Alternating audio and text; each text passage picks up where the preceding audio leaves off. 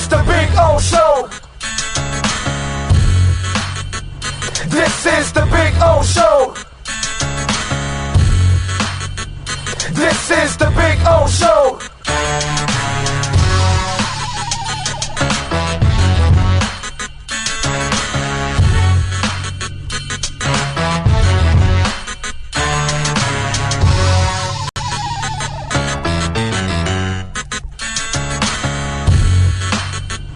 This is the Big O Show.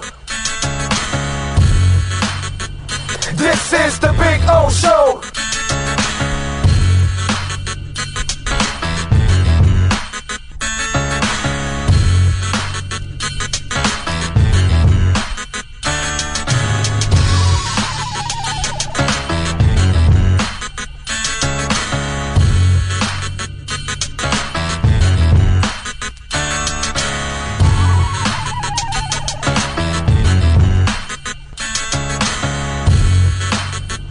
This is the Big O Show.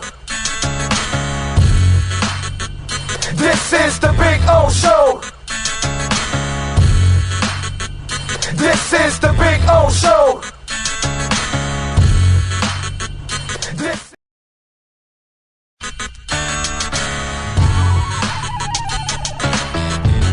So here's the putting green. See? There you go. Got two flags. One is over there where Cutter's Edge Pro. It's not coming out now. Come on. Come on, wind. Give me a little wind. No, unfortunately. But there you go. And this one says Big O here. There you go. So there's my putting green. It's about, I would say about 25 feet, something like that. I get to practice, have a little fun. See? And then, of course, we got, the bunkers. Got to have the bunkers, man. Got all kinds of bunkers there. You know what I'm saying? So that's a taste of our backyard. There's Maiden right there. Maiden. Bono, how you doing, Bono? Bono. He's a Carolina dog, by the way. These dogs are amazing. Their temperaments are awesome. But there is the Sylvester Palm, which is just beautiful. All right, call my guys, Will and Mike at Cutter's Edge Pro. They will take care of you. Dogs are not included, okay? Can't include the dogs. Those are mine. But the exceptional work, oh, baby. Oh, baby. Yes. Make your home an oasis. CuttersEdgePro.com. Go to their Instagram page, by the way, so you can see a lot of the before and after work that they do. And it is exceptional, baby. This thing's been on here for about 9 months. No grass growing through it or anything like that. Right, Bono? Huh? Bono!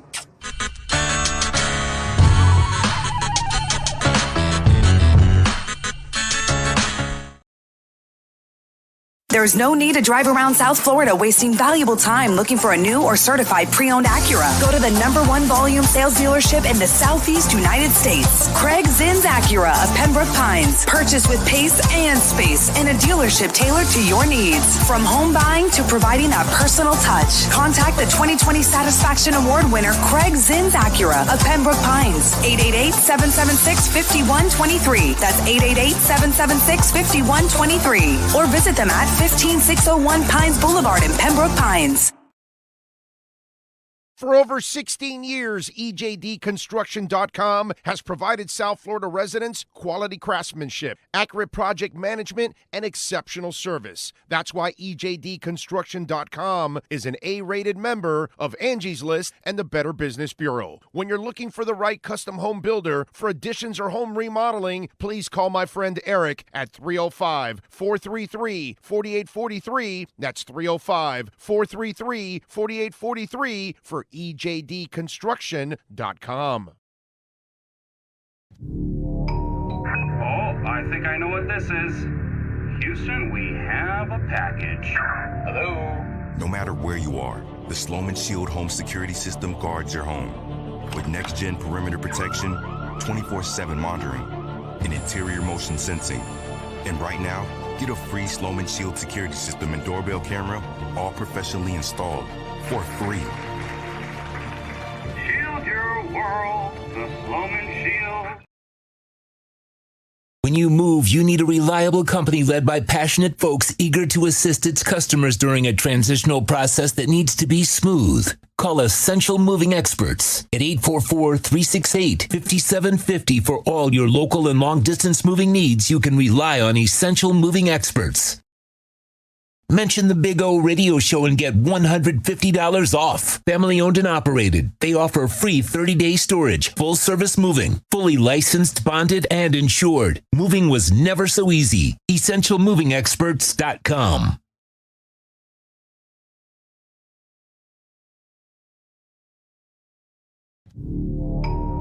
Oh, I think I know what this is.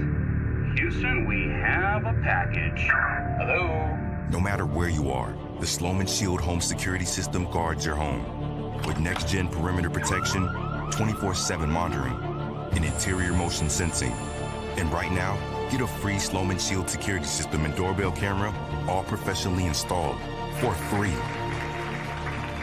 Shield your world, the Sloman Shield.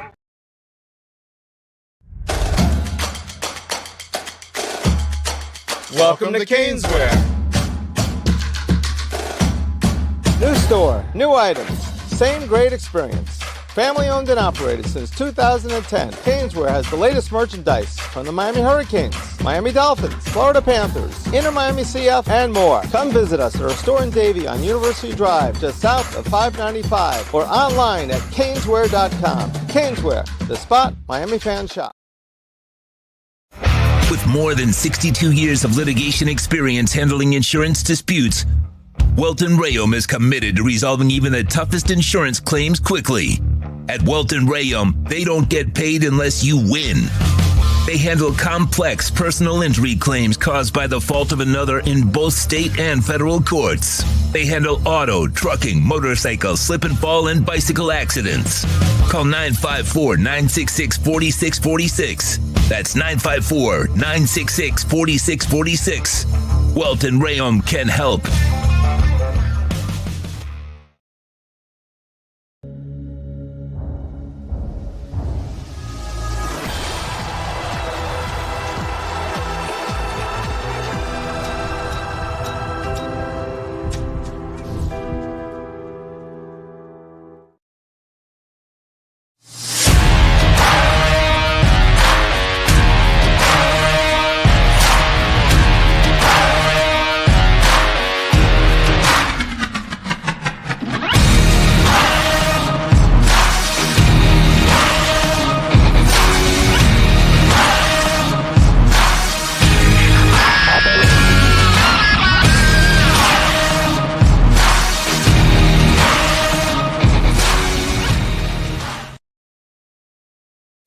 Statements or beliefs expressed on the following program by the host, guests, or callers are not necessarily the opinions of FantasyXS.com, Media Group Inc., ownership, management, sponsors, or website. When it comes to South Florida sports teams, very few in the media have witnessed, lived, and covered it like the Big O. Let's start the program dedicated to your favorite South Florida teams with a passion that's unmatched. The Big O Radio Show is on. Here's the Big O. Good morning, boys and girls. Hope you all are doing well. We are back in our friendly confines of our studio. Yes, sir. Sean Stanley by our side, of course. He's rocking and rolling and driving the show. Hope you all are doing well. Yes. It is Halloween. Don't you see my costume? There you go. I wear it every day, actually. Every day I wear this costume. Every day it's Halloween on the show because we've got the kind of face for Halloween and radio. And actually, not for this kind of format. I don't know. This is probably, Bill, who's up there looking at us down. He probably told me, that's not a good idea for you to go on YouTube with that face. And I should have listened to Bill, but I've been torturing people now for almost 3 years. So I apologize to torture you all with this, but what can I do? But we are here. We are here. It is Tuesday, October 31st, 2023. How the hell are you doing? Huh? Anyway, we're hanging in there. We're all doing well. Our wife's home. Took her home yesterday after her operation. So she only had 4 ulcers. Not one, not 2, not 3, but 4 ulcers. And but they weren't active. They weren't active volcanoes. Okay. So that's the good thing. So she's just got to get some medicine that they gave her to kind of calm all that down and all that good stuff. But yeah, no, but everything went well. Everything went without a hitch. Obviously, she had the procedure and then they kicked her out right away. So it was good. It was good. And I don't have to sleep on a recliner. So that's also a good thing. A couple nights on a recliner is not a good. See, my daughter got a little lucky. Like when she stayed and we switched, she was able to sleep in the bed with my wife. You know what I mean? So she got the bed part. I'm too big. That bed's not big enough. I wouldn't do that to my wife. So I'm like, no, honey, I'm staying on the recliner. And the recliner was good, actually. I got crafty and I was able to kind of position it where I was able to take some power naps. You don't really sleep on any recliner. You take power naps on recliners is what you do. You know what I'm saying? So anyway, got my Cutter's Edge hat. I see the Cutter's Edge billboard there. I don't like wearing this hat too much. I tell Will all the time. If Will gave me a whole bunch of them, then I'd wear them all the time because, this is like so easy to dirty. But it looks so cool. I tell them all the time, like, this is a landscaping hat and it actually looks like badass. You know what I mean? The stitching, everything, the embroidery, it just looks really cool. And so I tell them, I can't wear this too much, dude. I don't want to ruin this hat, So I kind of treat it like some of my dolphin hats. It's just weird, But anyway, and it's comfortable too. That's the other thing. Well made. Kind of like what they do when they go to your property. Always well made, man. That's what it's all about with Cutter's Edge Pro. Anyway, so hope you all are doing well out there. See what we got going on. Manolo Rivera is number 1. Hola, mi gente. Good morning, everyone. Wishing Mrs. O a speedy recovery. She's at work today. Yeah. She, we're old school people, bro. You know what I mean? Old school people, we don't stop, like I told her rest. And no. The doctor told her she could go to work. But, and I told her, she's got a collection of sick days. Okay. She's been teaching for 30 years. Okay. 33 years or something now. I think it is, or something. I don't know what it is. It's something stupid. And, no, it's 30 years because we're going to be married 30 years. And it's kind of the same because we decided to get married once we kicked our careers started. Once we started making money, because we were together 6.5 years before we got married. People would ask us, when are you guys getting married? And we're like, nah, we're waiting until we got our money situation. Because a lot of people get married and yeah, you love somebody, but do you have the money? So like before you get married and get into a house and all that shit, you guys got to be making some money, and we always saw that money always causes problems for people. You know what I mean? And especially if you get married and you don't have any money, it becomes something that has nothing to do really with your relationship. So we kind of decided once we'd graduate and get our careers going and get money coming into our lives, then we would get married because then we can handle things. You know what I mean? But, studying and working and trying to get married, that shit it just makes it so much harder, So we kind of waited a while till we got married and then we got it going. So that woman has collected sick days. She's got I don't know, maybe well over 100. It's stupid. She never takes it off, ever. You know what I mean? So it's just one of those deals. You know how it is. Some of us old school people, we kind of don't feel, if we're hanging around doing nothing, we kind of feel useless. We understand that you millennials and you Generation Zs, you kind of love just to do nothing and be nothing and just hang around. But us older generation folks, we kind of don't feel productive just hanging around doing nothing. It's just we're wired differently. It's just kind of the way it is. Anyway, when I saw that, I played that TikTok for you of that girl. That's the kind of shit that, that's the stuff that we're not made of, actually. Anyway, Steve Chapman, I see Jamie Zorria out in San Jose. Thank you, Jamie, for the kind words for the wife. And he reminds everybody to please smash the hell out of that like button, man. Steven Gonzalez is in. This Harden trade pissed me off because Dame should have stuck to his guns. Yeah, but Dame doesn't have any balls, bro. We talked about it. Dame's a wuss. That's all. He's a wuss, dude. He got no balls. Oh, I wanted to be traded in Miami, but they traded me here.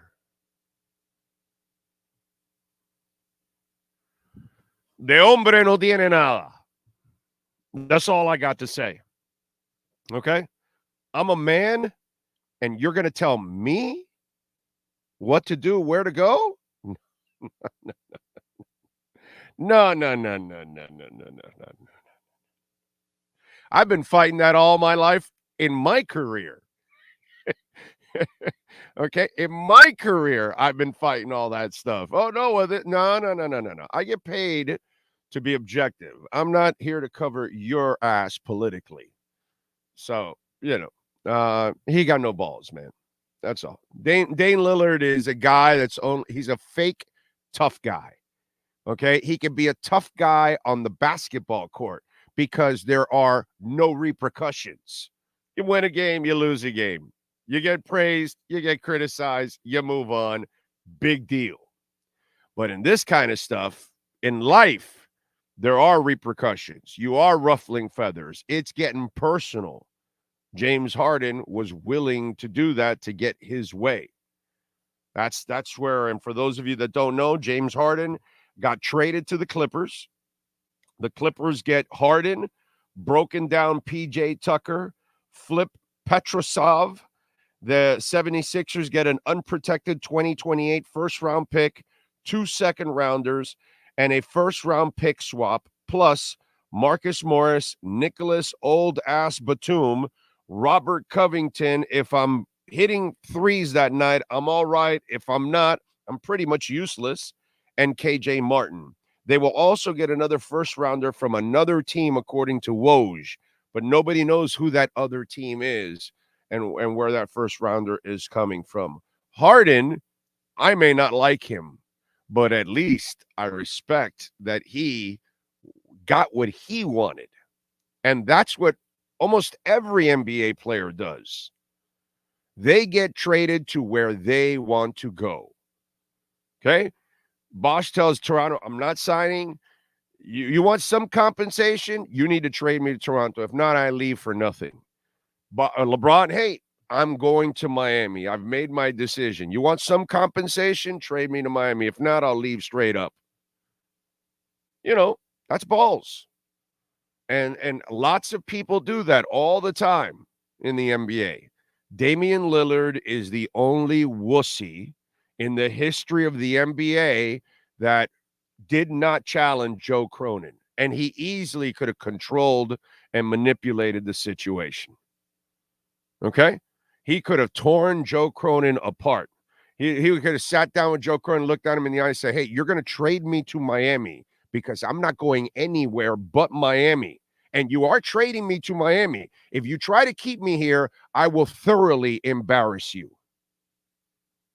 And if you don't trade me to Miami, I will thoroughly embarrass you. And I will tell every other team I'm not going there.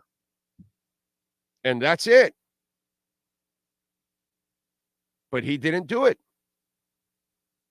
And he let Joe Cronin step all over him. And then he ended up in Milwaukee. At least he ends up in a good situation. So his soft ass was like, well, at least I ended up with Giannis. So, okay. And so it is what it is, Steven. That's all. So can't do anything about it, bro. The Heat did everything possible I defend Pat Riley in this 100%. I'm behind Riley. Okay? I'm always behind Riley. No matter what, I'm behind Riley.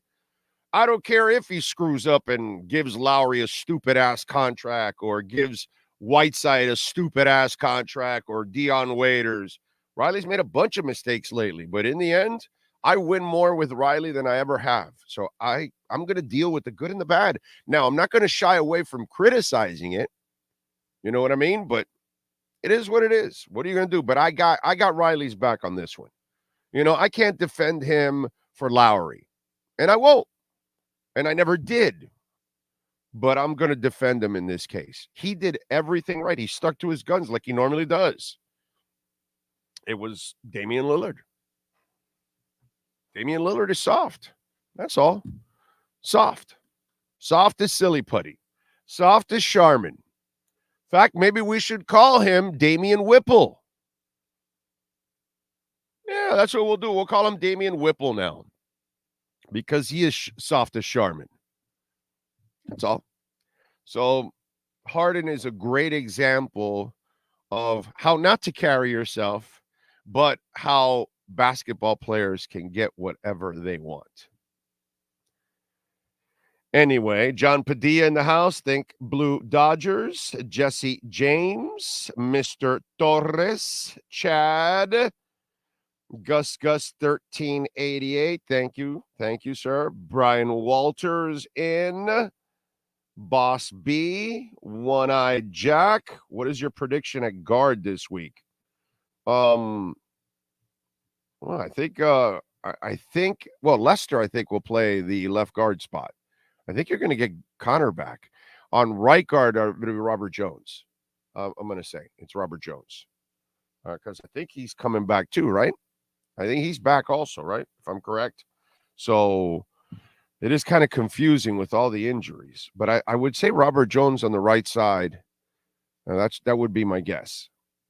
Let's see. Omar Geiner. Thank you. Thank you for the wife love. I appreciate it. Cash the Jeweler. Mike Garcia. Thank you, sir. Thank you, Mike. I appreciate it. Big O, do we need linebacker, offensive line help if trade available? You know Greer, bro. We got till 4 p.m. today. Greer will make a move if a move is there to be made, but he's not going to. I've been explaining for a while now, right? He's gonna try to get low-hanging fruit. So if there's something out there that somebody's dying to unload, he'll take advantage of it. If it's something that a team is not wanting to get rid of, but the player wants out, and then that trade, they're going to want more, and he's not going to do that. So he's going to look for some kind of low-hanging fruit. I don't expect a stud player to be traded here, but I could see some kind of a pretty good role player depth at any of those positions. Linebacker, cornerback, offensive line. And I know you say corner, they've had so many injuries that I wouldn't be surprised if they just add another one for the hell of it. Some guy that can cover, maybe even play safety corner, that kind of stuff. I could see that even a worst case scenario. But and by the way, they could also move Cedric Wilson in this one, even though Cedric has been. Well, he's played well, man. Finally they're using him. He's found a way, and he's made plays. He's a big receiver too, so he gives to a nice target. But if you're going to use Chase more, then that kind of kills it a little bit. So I don't know how you're going to and you want to unload that salary at one point or another. So I could see maybe somebody that needs a receiver or something like that. A move like that could be made. But hey, listen, is any of us going to be surprised that Chris Greer makes a move? Of course not, because we know he's Mr. Wheeler and Dealer, Anyway, let's see. Resolute Graphics, thank you. Jay Gelfin. Sports Talk on hold until we get the answer to the important question. Yes. And I talked about her early on. She's good. Taylor Swift is flat in the back, says Dominic. Well, Dominic, I mean, she's a skinny girl, she's a tall, skinny girl. Listen, man, it, it it's whatever floats your boat, man. Some guys like tall women, some guys like short women, some guys like skinny women, some guys like thick women, some guys like thicker women, some guys like curvy women, some guys like skinny poles with big breasts. We all get turned on by different things. You know what I'm saying? So there's a type for everybody, and there's lots of guys that are the Taylor Swift type. You know what I mean? I'm not the Taylor Swift type, okay? But there's tons of guys that find her, like Lauren Tannehill, same thing. Beautiful girl, skinny, but that's a look that a lot of guys like. And that's just the way it is.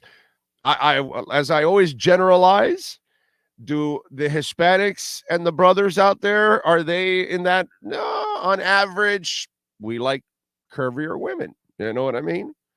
But Taylor Swift will have a long line of people that will be attracted, not because of her fame or her money, but literally because of her looks, the way she looks. You know what I mean? But that's just the way it is, man. Some guys want girls that have ginormous breastises. It's just one of their things. I got a friend of mine that loves big itties. And it doesn't matter what kind of shape she is. He loves the big chest. That's what leads him first and foremost. It's the way he is. We're all different, man. So Taylor Swift is one of those that would be, lots of men would love to, go out with women that look like that. So just like women, I'm sure, like all kinds of different men, bro. So it is what it is, man. We're all different in one way. Yes, sir.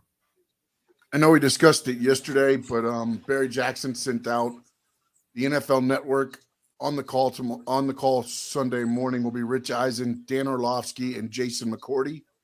Okay. And the game will also air in Miami and Fort Lauderdale on NBC6. Oh, okay. All right, cool. There we go.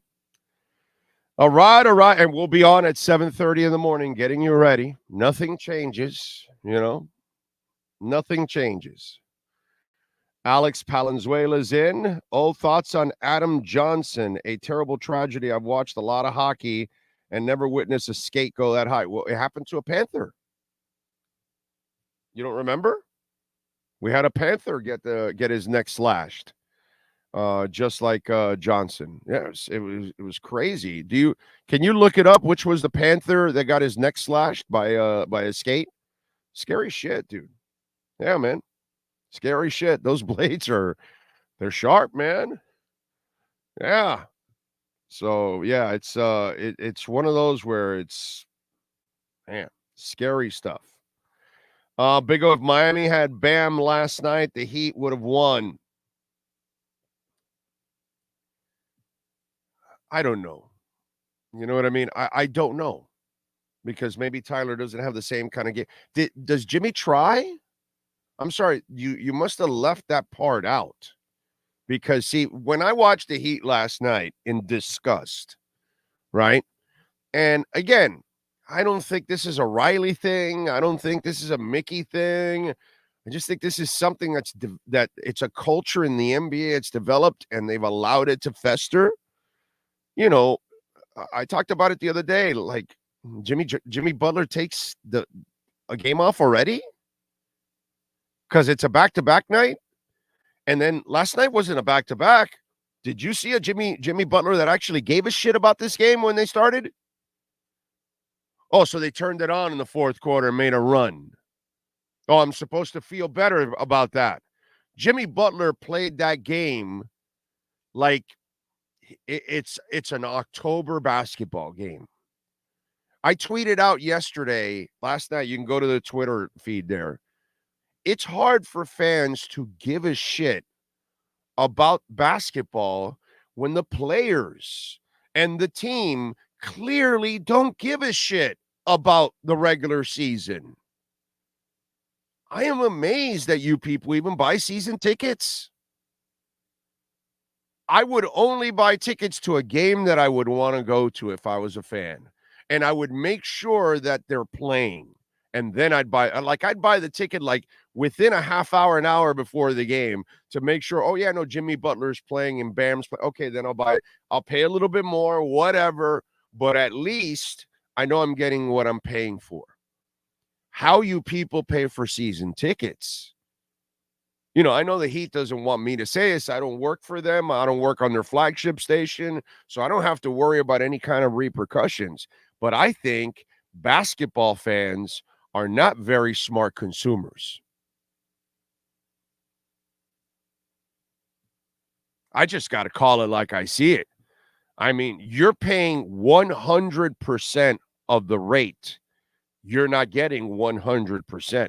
People aren't taking games off because they're seriously injured. They're taking games off because, I need a little extra rest. And we've had this conversation. I've talked about this. Ask your mom, who's balancing the house, the kids, sometimes a career. See, how many days does she take off? How many rest days does she take off? I just saw a mom come out of a hospital and she's working today. Jimmy Butler's soft ass couldn't do that. Because any NBA player gets out of the hospital working the next day? No. Handling 200 kids? No. The pressure? Nah. Get your soft ass out of here. So if the Heat doesn't give a shit about the regular season, if Jimmy Butler doesn't give a shit about the regular season, why should you? Why should you?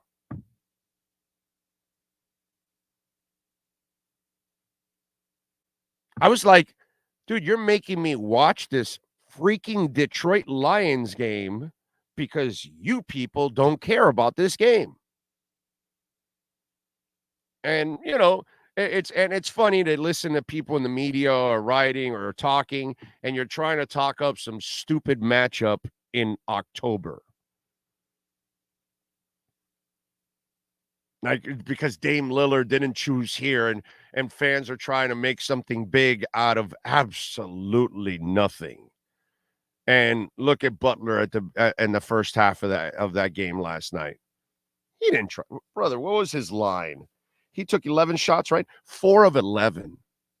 In a game like this that you would think, like whatever media or fans tried to build this bullshit up in October. I mean, by the way, any of you trying to build this up, one of the things I don't like to do to the public is feed bullshit. You know, and I get it. Oh, well, they're going to trade for Dalvin Cook. Oh, no, let's sign Leo Collins. Oh, no, the cap is terrible coming up.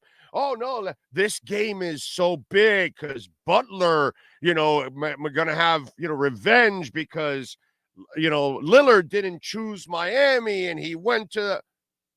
It's amazing to me. You know, somebody commented yesterday on Twitter with me. Said, hey, man, thanks for, you know, like the Dolphin coverage. You've been pretty on target on most things. And I said flat out to him, I said, dude, I've been at this for 33 years. I don't do this shit for clicks and views. I don't need to dramatize shit. I don't need to sensationalize stuff like they do constantly here in the media, locally, nationally. Just to create because they have to. Because they work for entities that force you to do stupid stuff, to talk about and sensationalize things that will never happen. I will not do that. You know why? Because unlike most of the media in town, in the history of this town, most of them came from somewhere else and they left. A lot of them didn't stay. So very few and almost none are like me. I'm born and raised here. And I'm one of the media members that actually says I'm a fan of all the teams. I care about all of the teams. So since I care, I actually will feel like a fan.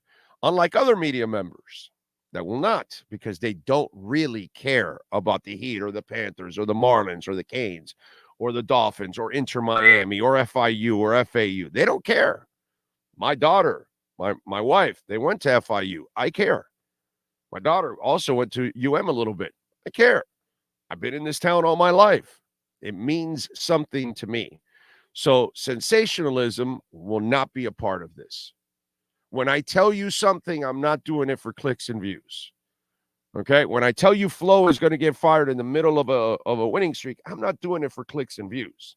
When they tell you, oh, the Heat are looking to trade for Dalvin Cook, they're doing it for clicks and views.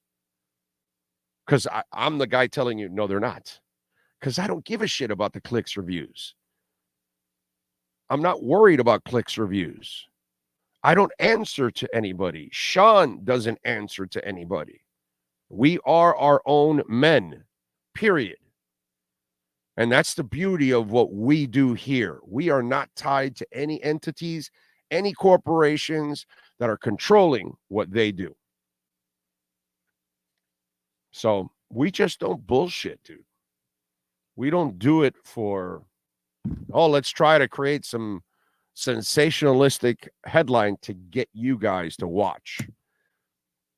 We'll just tell you what we actually think is really happening, and then that's it. And sometimes it will be shocking.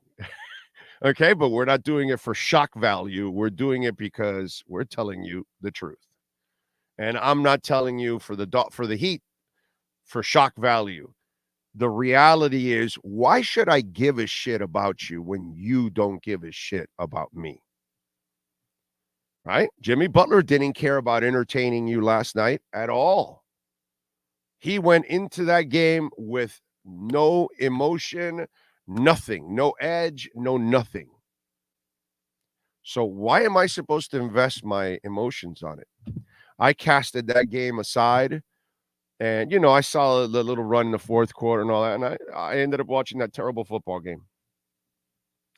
Watched a little George, watched some other stuff in the news, and kept the Heat game on the side because why am I going to waste my time and invest my emotions in something like this gentleman that asked me, oh, well, if Bam would have played, why do you care? They don't care. Let's care in April and May when they actually give a shit. You know, when we're like towards the end and they're trying to fight for a playoff spot and then they're getting in the playoffs and they're actually trying. But if Jimmy Butler doesn't want to play a game or doesn't feel like showing up in a game, why should you? That's the question I have. Why should you? Why should you invest your money? Why should you invest your emotion when they invest nothing in you? And I was thinking about this last night when I'm watching Jimmy Butler's, doing his half-ass thing. Sorry, I have to do this. I apologize, but I have to do this. Okay? I'm just going to get back to my old man ways. You watch a Lakers-Celtics game in the 80s in November, and it was the same as it was in April. Okay? You watch Dr. J go up against Larry Bird, and, do me a favor, Sean. I just thought about this. Larry Bird and Dr. J grabbed each other by the neck. Seriously, I'm not joking about this. Tell me what game was that? Was that a regular season game or because I want to say that was a regular season game, not even a playoff game. I don't know why I want to say that was a regular season game. My point is they used to give a shit about the regular season. Okay? Like it was a grind and a battle back in the 80s and the 90s during the regular season. And what it's become now is, brother, it's an absolute joke. Absolute joke. It was a November game.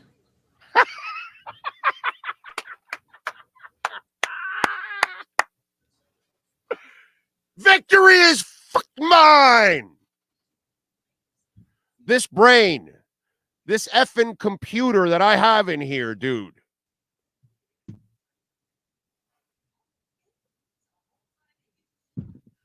See Jimmy Butler and Damian Lillard grab each other by the throat? Yeah, you youngins, you don't know what the hell I'm talking about, but go ahead, go back and look at it. That's a November game. And they're grabbing each other by the throat. Sorry to play the old man card, but you youngins, you ain't got shit going on here with basketball. Basketball in today's world is dog shit compared to what I watched in the 80s and the 90s. Dog shit. And I watched real basketball from game one. I just told you. Larry Bird and Dr. J grabbed each other by the throat in November. You think it was personal then? Yes, sir. What are you going to say? I was going to say about the hockey players. Richard Zednik in 2008 took Oli Jokinen's skate to the throat. There you go. There you go. Yeah, it's happened before. Computer. Anyway, so why should you give a shit if they don't care? That's what I ask you. All right, let's talk a little Miami Dolphins, German style. With I think Safadine will do this entire interview in German while drinking a beer and eating a Wiener Schnitzel. Our BaptistHealth.net/ortho Miami Dolphins report is next. Let's get the latest from the Aqua and Orange with our Baptist Health of South Florida Miami Dolphins report with USA Today insider Safid Dean. From orthopedics, sports medicine, cardiovascular, and even cancer. Get the world-class healthcare your family deserves at BaptistHealth.net. Here's Safid Dean. Right. How you doing, bro? Sorry to disappoint, bro. No schnitzel, no German, none of that. Sorry to disappoint. After this kind of a presentation, what's going on, bro? Jeez. What's what? Expecting some beer. I was expecting like some German babe serving you. I would love that. I would have loved that. I'm still here in Miami. I'm not going to be going to the game, so. Okay. All right. Sounds I'll be good. waking up Sunday morning and enjoying a little breakfast and watching the game with you guys as well. Okay. All right. I like it. Yeah. Somebody asked me to guess, and I said Cotton left guard and what's it called? Jones, Robert Jones, right guard for this week. Your predictions? I think Rob Hunt's probably going to come back and play. Oh, he is. Okay. Yeah, Okay. I think Rob Hunt probably comes back and play. Okay. I think Connor Williams should play. If Hunt doesn't, it'll be Jones. If Hunt doesn't, I would imagine so. Yes. Okay. Yeah, Jones will play right guard. I don't think he's played left guard before. Maybe he has. Maybe he hasn't. Maybe they interchange them all. But look, I think I don't think Tehran is probably just yet. He's traveling with them with the team, and Mike McDaniel said they're going to open the window for him. For me, once you get Tehran back, I don't really care who else is on the line, man. It all seems to go a lot more smoothly when he's in the game. It's amazing what a standout left tackle will do for you. And it just kind of helps everybody else from a confidence standpoint, because having that guy there and his experience and what he does, and he's just usually shutting down the best player on an opposing defensive line. But yeah, I am worried about this week with whoever you have. I think Rob Hunt plays because of the fact that you have Frank Clark. You have that those D tackles over there are pretty tough to kind of go against. So we will see when the Dolphins begin practice on Wednesday and how much they really progress through this week. The Dolphins got into Germany, I believe late last night. It seemed pretty dark in the pictures that they posted, but I imagine they would spend most of today, just getting adjusted and maybe checking out the sites of where they're going to be practicing and stuff before getting to it on Wednesday. Yeah. What other things are you expecting on the injury front to get better? Yeah, I'm not sure about Brandon Jones. Let me look up the injury report here so I can have it all in front of me. I'm not sure about Brandon Jones. Like I said, I'm not sure about Armstead. I think Connor Williams comes back. He was active last week. Probably could have played if they needed him, but they kept him out. So I would think Connor Williams probably comes back. I think Javon Holland probably comes back. He was in protocol last week. I imagine he made the trip as well. You said something? Yeah, he's still in it. According He's to still in the McDaniel. protocol. Yeah. Okay, yeah, I can imagine him coming out of the protocol. I imagine he traveled with the team. They didn't say that he didn't travel. So he should be kind of on the latter stages of it, kind of working through practice and stuff. Maybe he's ready for Sunday, maybe not. We will see there. Nick Needham came out clean from his first game back, which was good. And of course, you have Jalen Ramsey back, which is great. So, from the injury front, I think you're okay, and you're still waiting. A-Chain is 1 week after Armstead from the IR standpoint. He looked all right from what I saw from him last week at practice, but we'll see how he progresses later on. And I believe there's one more person. Who was the other person from? Oh, never mind. Ramsey's back. So yeah. Armstead and A-Chain are the two big guys you want coming back, and they should be coming back within the next 2 to 3 weeks. Let's see.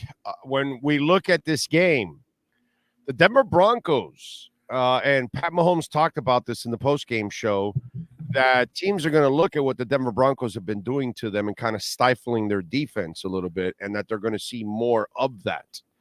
And so your thoughts on that, because Denver kind of has done a number on their defense, on their offense overall, and can Miami replicate some of that stuff? For me, I think it's because Denver is a division opponent more than anything. You look at the way like the Patriots play the Bills and how the Jets play the Patriots, how the Jets. You look at how Denver plays the Chiefs. You look at how the Commanders play the Eagles. Remember last year the Commanders gave the Eagles their first loss, and they lost 34-31 last week. Well, they were winning this past week until they won later. They took over later in the game. Yeah. So these division opponents, just when you see a team twice in a year, and this was Denver's second time seeing Patrick Mahomes and the Chiefs, I think that gives you an edge in those kind of matchups. For the Dolphins, they haven't seen the Chiefs in a couple years. And what did? They took the Chiefs probably third best player, and that's crazy to think of Tyreek Hill being their third best player. But like I told you after the post game, man, you want to see Tua Cook with a bad offense in a frustrating game. Go back and look at that Chiefs Dolphins game that was here at Hard Rock Stadium a couple years ago. Tua was cooking in that game outside of a special teams return and I think some drop passes, plenty of them. Tua was cooking in that game. This is, for me, Big O, this is the real litmus test. We talk about the Bills, we talk about the Eagles, yeah, sure, but they weren't the Super Bowl champions. The Chiefs are. This is the real litmus test for the Miami Dolphins this week going up against Kansas City. We've seen the Dolphins, they get up for these games. They didn't get up so much for the Bills game as they did for the Eagles game. We saw this defense step up really well in that matchup, and the offense just took a little while to get going. I don't think anybody needs any encouragement for this one. Tyreek Hill won't need any encouragement. That's for sure. Excuse me. Tua Tagovailoa won't need any reminders from Tyreek Hill to feed him the football. And those guys on defense, man, Jalen Ramsey, Xavier Howard, one of the guys on the injured report, like we spoke about earlier, should be coming back as well. Javon back. If your defense is close to full strength and you're going up against the best quarterback in the world, it's time to see who you really are as a team. And hopefully we're on the kind of the positive side of it instead of getting the third loss. This is big for the standings too, Big O. Dolphins are second. Chiefs are number one in the AFC. I know the Ravens and the Jaguars have 6-2 records right now, but the Dolphins have a better conference record overall. So the Dolphins have a slight edge, and they're number 2 right now. You beat the Chiefs, you're number 1, and that's really, really helpful come later down the road when we're talking about playoff seeding. Is there an option?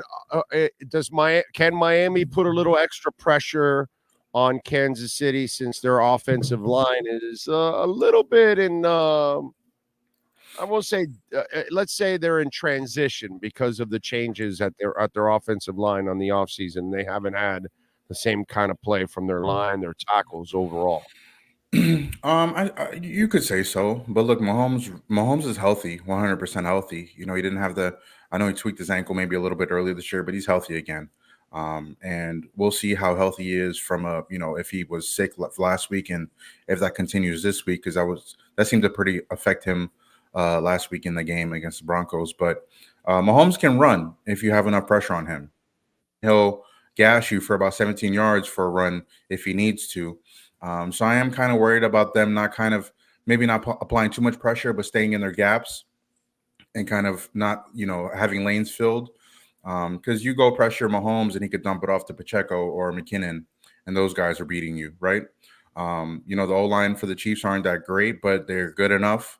The right tackle, Jawan Taylor, seemed to stop his, jumping too early. When he's, when they snapped the ball, we saw that in week 1. It just seemed like he was starting a second earlier than everybody else. Joe Thuney was the reason why, a couple plays got called back. McKinnon had a long touchdown a couple weeks ago, 49 yards, and Thuney, had a bad call on that too. So they could be shaky at times, but the Chiefs have a lot of guys that can beat you. They don't really allow. They're like Miami. They don't allow a lot of sacks. But, some say that their line isn't performing as well. That's Mahomes. That's Mahomes getting rid of the ball. Right. Mahomes knows when to run, and he knows when to get rid of it. And whenever he's in trouble, Kelsey just knows where the hell to go all the time to kind of bail him out.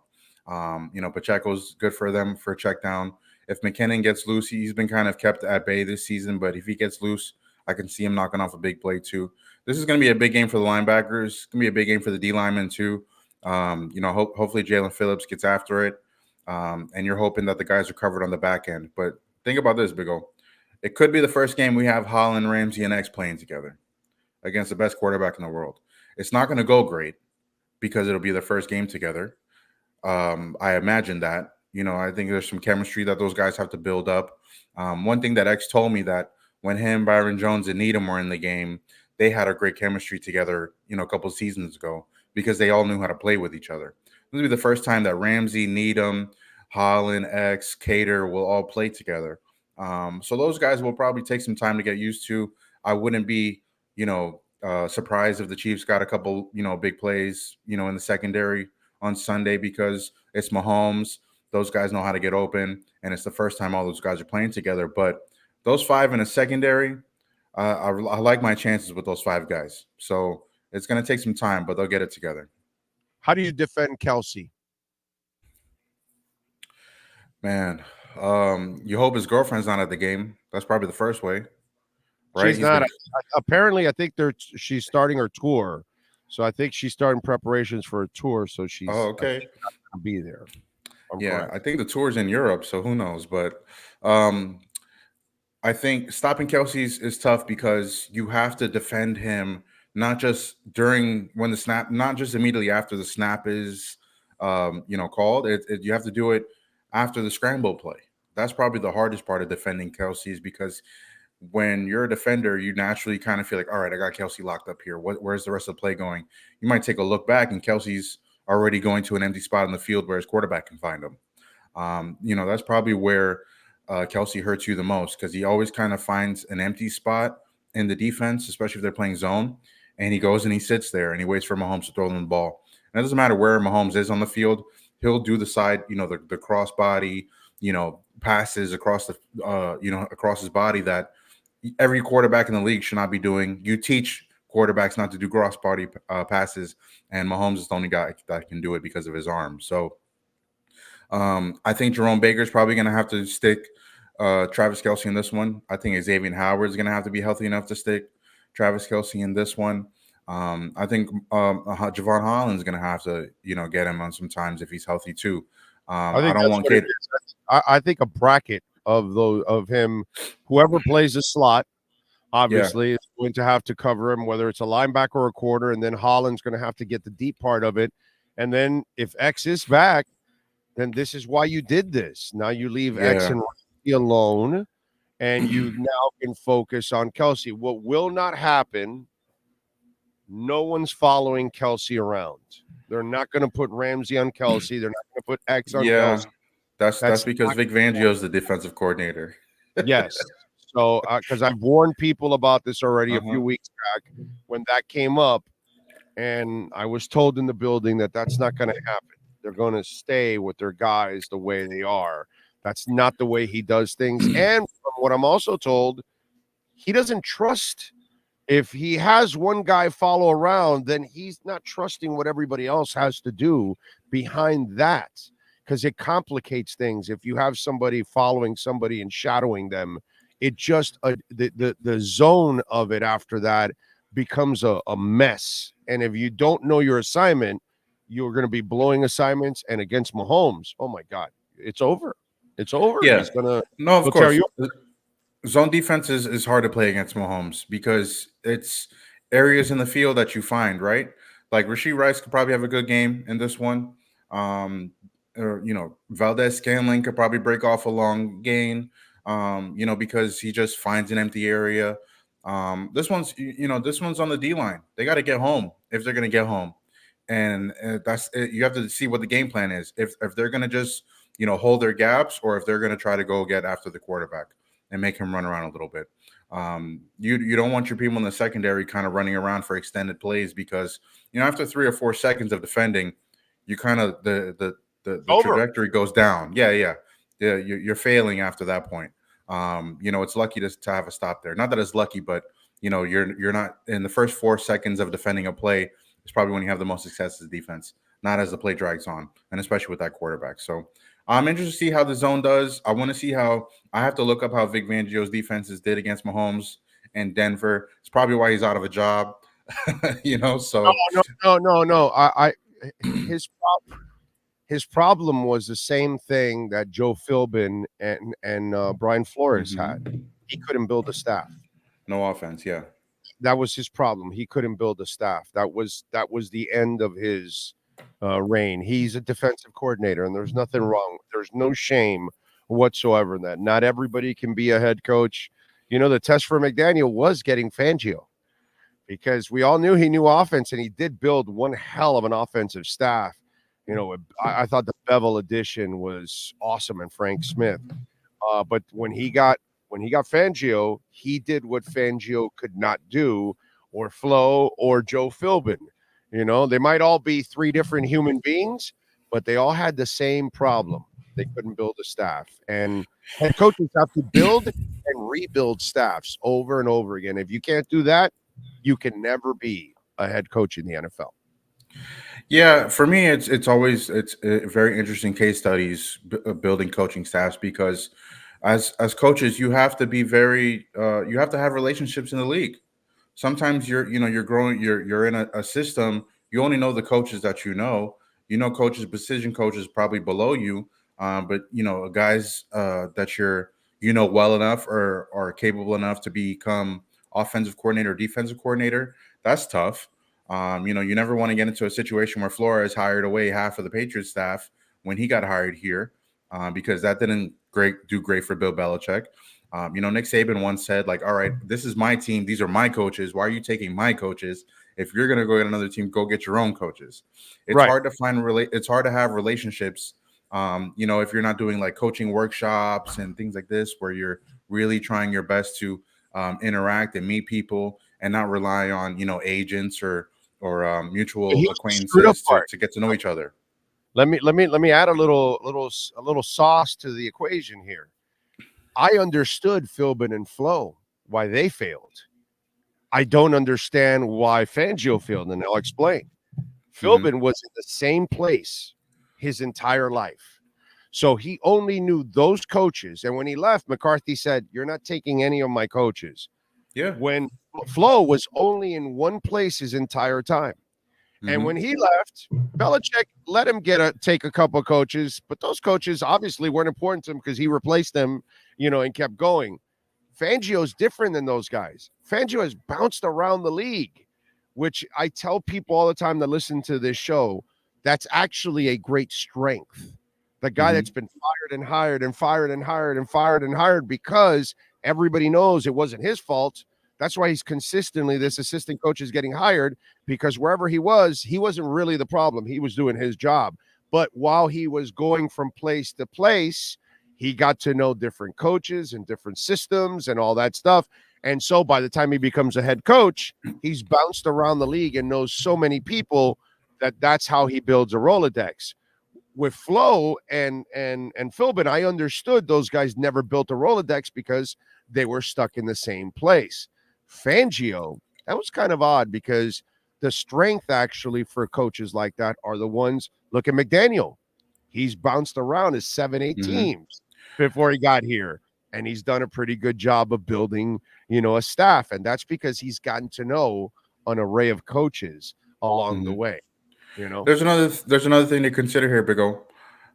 Flo's not going to go hire a hot shot offensive coordinator that can take his job if they fire him. Well, that's his ego. You know what I mean?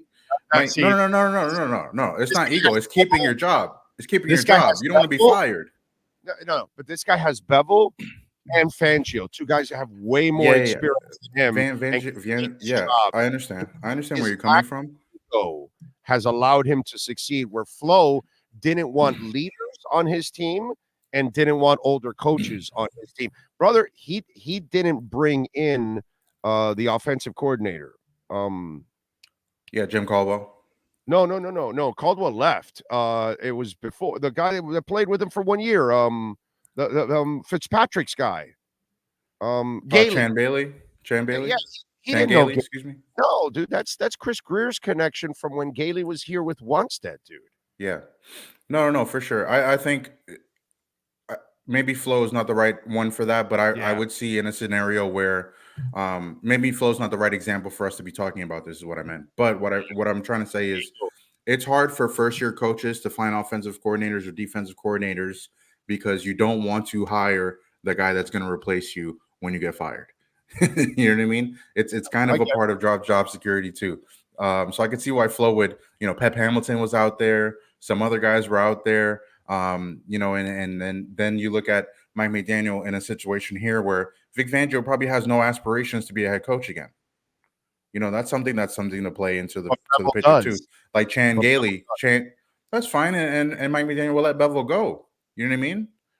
But that's a situation that you have there. He brought a guy in that has more experience than him. He brought a guy in that has coached Hall of Fame quarterbacks, dude. Yeah, and even at that point, Pat Bevel probably doesn't want to be a head coach. He probably just knows he's a glorified assistant. You have no idea what these coaches are, motivations are. I don't know Pat Bevel well enough to know if he wants to be a head coach. It's Darren Bevel. Excuse me. And he still does want to be a head coach. I know that for a fact. All right. Well, yeah. This is the offense. This is the year for him to go test the market. That's for sure. Yeah. If he continues with the success, then I think last year the interest he had was not sexy enough for him to leave because they didn't have a quarterback. And I think that's, he's smart that if he's going to leave a quarterback, he better go to a quarterback, because if he doesn't go to another quarterback, he's going to end up failing, unfortunately, because you can't manufacture quarterbacks. Either he's good or he's not. One of the two, but you're not just going to manufacture one out of, thin air, overall. So this matchup, I actually, in a weird way, feel better about the Dolphins after the Eagles, after watching the film and the mistakes that the referees also made. On top of that, it was worse than I even thought it was. I actually think now, with the return of Ramsey, I think this defense is headed for much better days now. Once you get X and Holland back, I think Fangio becomes a better defensive coordinator now, because he gets to play with the islands in the sun, which we're talking about X and Holland and Ramsey and Holland. Yeah, I agree. Look, you saw from the chart, right? The throwing chart, pass chart, excuse me, Mac Jones, and the whole left side of the field was not being thrown to because Jalen Ramsey's over there. And then wait till Xavier Howard's back. You got to throw to one side of the field. And Xavier Howard, every time he get tested, he kind of comes up with interceptions. We remember seeing him, with leading the league in interceptions a couple years ago. So that's the dream. That's what you were hoping for when you signed Byron Jones and with Xavier Howard. You know what I'm saying? That's why the Dolphins and Chris Greer, that's why they've been adamant about having 2-star corners, because this is a passing league. You have to defend the offenses. They're going to have to defend the Bengals. They're going to have to defend Stephon Diggs. They're going to have to defend whoever comes out of the NFC if they reach the Super Bowl. You know what I mean? You're going to have to defend Christian Kirk and Calvin Ridley if you meet Jacksonville in the playoffs, stuff like that. So it's a great system, and Jalen Ramsey probably has the most experience out of it behind Bradley Chubb or ahead of Bradley Chubb, excuse me. I want to see more D-line pressure. I think Jalen Phillips is a real key here. Because he kind of get after the. Hey, kudos to Bradley Chubb. Let's give we stepped up the last couple weeks. He has. We were hammering him, which he deserved the first few weeks of the season. Last 3 weeks, Bradley Chubb has played much better football. So let's give credit when credit is due. Bradley Chubb deserves some love. Yeah, I think Phillips coming back has something to do with that too. Chubb is not getting kind of one-on-one out there. Wilkins had a sack in the game as well too. You're hoping for a lot more from him as well. Sealer is always kind of doing really great. Sure you have that beer before you came on because you're hiccuping there a little bit there. No, I'm having some water here. I'll probably have it after. We'll see. It's 11 a.m. right now, right? But look, the D-line, for me, the D-line it's where it is on the defense. They got to get pressure and let those guys cover. And I think they'll be okay, man. This is going to be a huge matchup, Big O. This is the litmus test. This is the actual defending Super Bowl champions. It's not the Bills. It's not the Eagles. All right? Those two teams didn't go as far in the playoffs as the Chiefs did. This is the real litmus test, and we'll see what team shows up on Sunday, man. Hopefully, I don't think the Chiefs left yet for Germany, so the Dolphins have like a day up on them. I think the Chiefs might be leaving today if they're not. But hopefully the Dolphins make the best use of their remember last year they went to California for 2 weeks and they laid 2 eggs. So hopefully this doesn't happen again in Germany. Defenses will show up. Offense needs to hum. Tyreek Hill is going to definitely be leading the way for sure. And we'll see what team shows up on Sunday, man. All right, tough guy. What happens with Farmer Greer? Does he unearth a trade by 4:00 today? Be tough to do if he's traveling. I imagine he probably stayed back. Dude, aren't you on the phone on planes nowadays? Come on. You are. Voice messages, this and that. I could see it. Don't you watch what's the name of that the girl with the big chin that she's Emirates? You can stay connected while you're flying, but not all the time. What's her name? She's doing all those. Oh, yes. I know. Whatever. Penelope Cruz? No. I forgot her name, but whatever. So there you see, you can stay in contact. By the way, Penelope Cruz. Penelope Cruz. That's it. Yes. That's it. That's the girl. And by the way, I've never flown Emirates. I'm dying to fly Emirates. Yeah, me too. Me too. Like it's like an arm and a leg to fly it because it looks like really nice. When I'm the Big O Show segments on YouTube, I often watch like travel segments and people doing other things like that. So I do want to catch an Emirates flight for sure. What were you saying? You said something about Father Greer. Okay, yes. Father Greer. I think they could use a safety. I think if you can get an actual center, it'd be great, but I don't think that's going to happen. I'm always open for a running back. I'm always open for a tight end. I don't know. I think for me, in some regard, I think the Dolphins might think that getting Ramsey back is kind of like winning a trade. You find the fruit of your trade happening. But I would go get something else on defense. I would go get a linebacker or a safety if I was them. D-line, I'm okay, I think. O-line would be great to have somebody, but who do you have coming in and who can learn Mike's blocking schemes that quickly to get acclimated? So I think the trade deadline is going to be kind of quiet. Knock on wood, it is kind of early today. Well, we've already had a couple trades here in the last 24 hours, actually. We've had Yeah, like Leonard Williams was a big trade. Yeah. He was probably the big name. Not as big as some other names that we see like McCaffrey last year or the year before that. I don't think anybody big name is going to go. I don't know if Devontae Adams is going to go. I don't think Derrick Henry is going to go anywhere. And you're hoping those guys go in the NFC and not stay in the AFC for sure if you're a Dolphins fan. Yeah, Devontae Adams, boy, that last night, poor guy, bro. He's just having a nightmare of a season. And Garoppolo, Jesus, dude. Oh, man, that was ugly. Yeah, man. Josh McDaniels needs to be fired. Bad guy. Bad coaching job. He will be. The only thing is does Davis want to pay the rest of his salary because they're so cheap? That, it's kind of like the San Diego, the Chargers thing. They probably would have fired Staley last year, but Spanos is so cheap. They probably hung on for a year. Chargers money is different from Raiders money. I mean, the Vegas money is probably a lot more now. It's not Oakland money no more.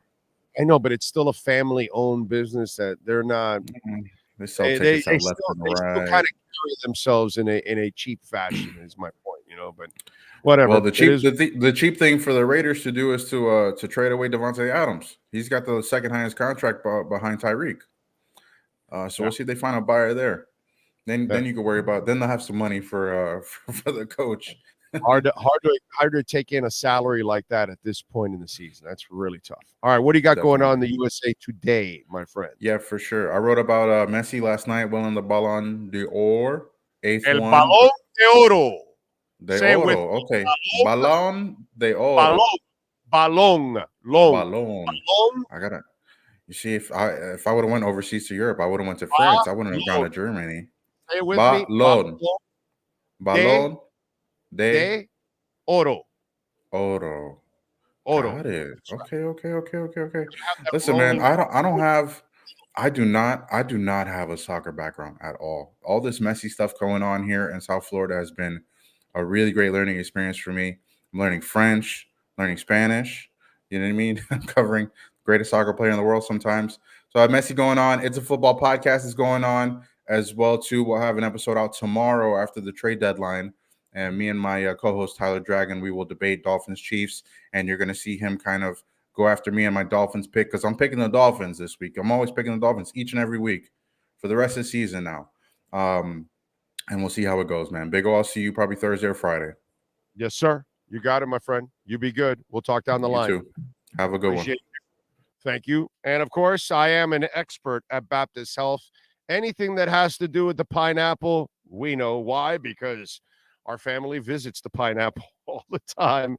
My wife just left Baptist Health down there on Kendall Drive and 89th, and they were absolutely fantastic. And, the ulcer is fine, and she's even working today. She is just absolutely amazing. By the way, the staff at Baptist Health Orthopedic Care is comprised of highly specialized, board-certified, and fellowship-trained orthopedic physicians, supported by advanced practice providers and athletic trainers, all of whom play a vital role in the patient's experience. And we experienced it the last couple of days, and they were just absolutely fantastic, man.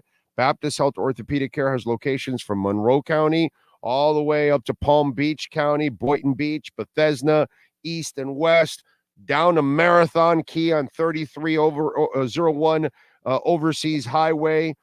We've got another one, by the way, Mariners Hospital in Tavernier Key, 91500 Overseas Highway. Got them in Homestead, West Kendall, Boca Regional, 800 Meadows Road. Got the new one at the Hard Rock Stadium. It's open to the public.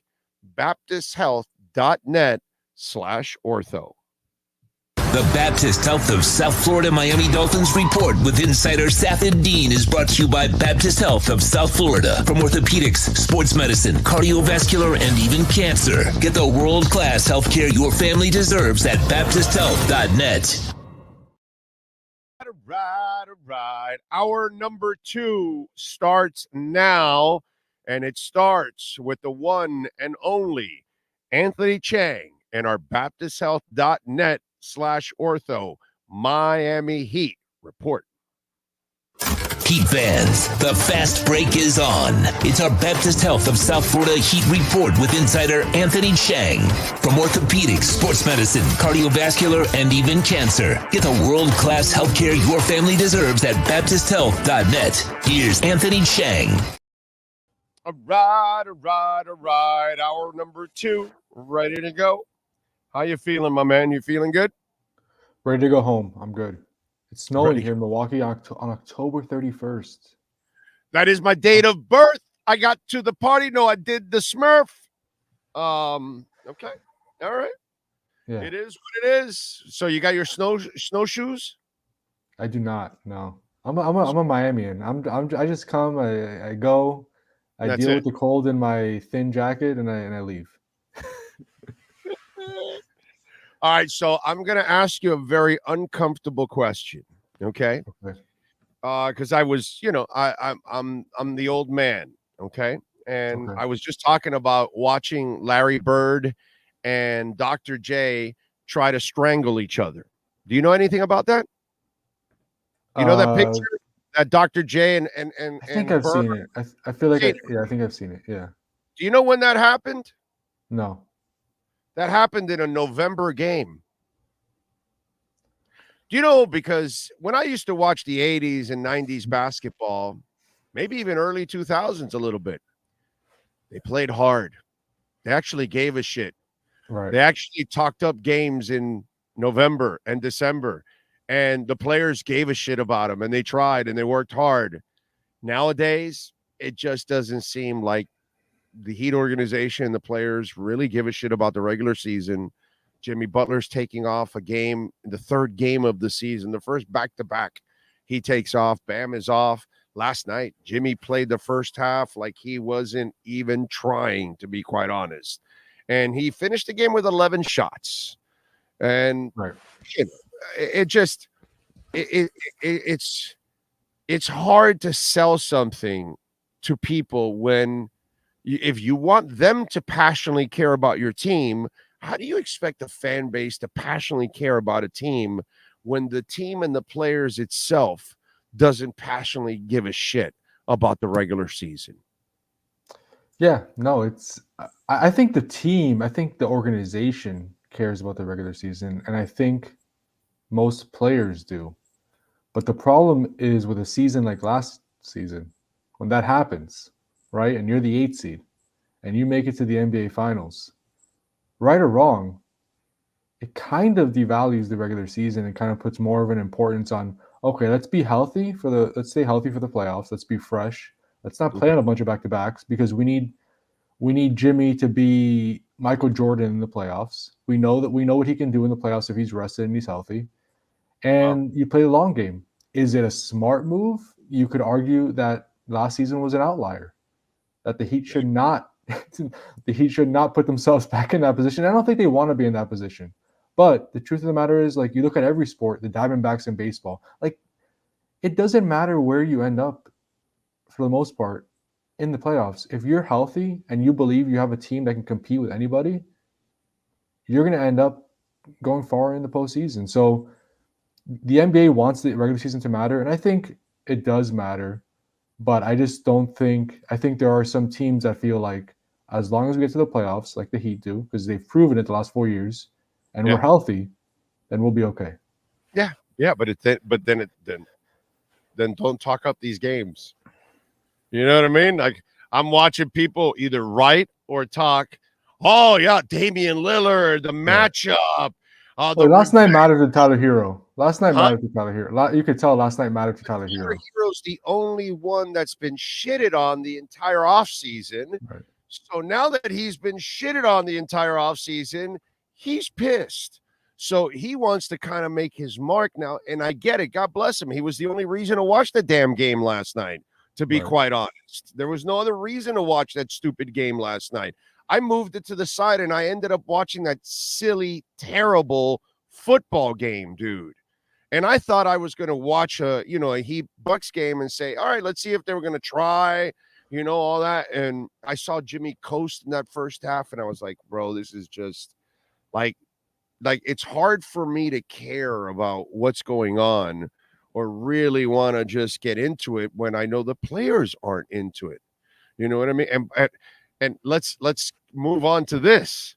Yeah. Then you see the trade, what happened last night with James Harden. And you're like, he stuck to his guns and he got what he wanted. And the other guy did not stick to his guns. And he says, well, I wanted to go to Miami, but they traded me here. Oh, well, you know. Yeah, I think it's just like the whole Damian Lillard mess. And then you watch this team and they don't give a shit about the regular season. And it's like, yeah. You could say that, but I think the James Harden and Damian Lillard situation was different from this standpoint of there was just more interest for Damian Lillard around the league. Like James Harden, at this point of his career, there just weren't that many teams that were willing to take him on, especially as a 1-year rental at that salary. You can still force it, bro.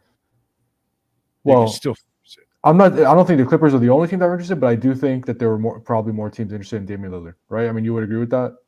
For sure. Well, so a couple more, because at that salary, you know, I was looking it up, the 25 highest paid players, and Damian Lillard is number 2 in the NBA. Number 1 is huge.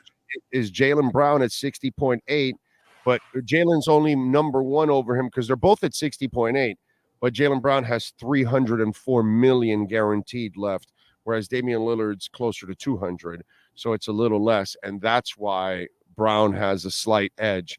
But really, they're both tied for the same salary this year at number 1 and number 2 at $60.8 million. Yeah. Not a lot of teams can take that salary on. Sure, so definitely. There might have been another team or two, tops 3 teams, right, that were going to take Damian Lillard and give up everything that they needed to give up. You know what I'm saying?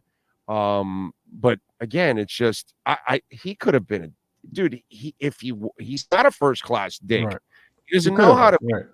Right. And so that's what it takes to have the decision and not tell Cleveland, and then tell Cleveland, well, hey, you want something out of it? Trade me to him. If not, I'm leaving anyways. Yeah.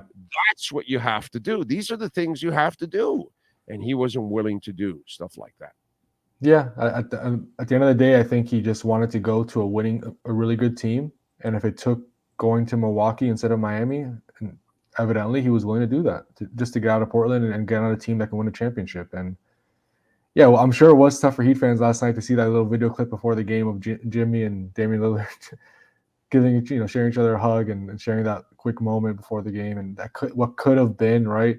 But reality is he's not on this roster, and you move forward with the core of Bam, Jimmy, and Tyler for the 4th straight year.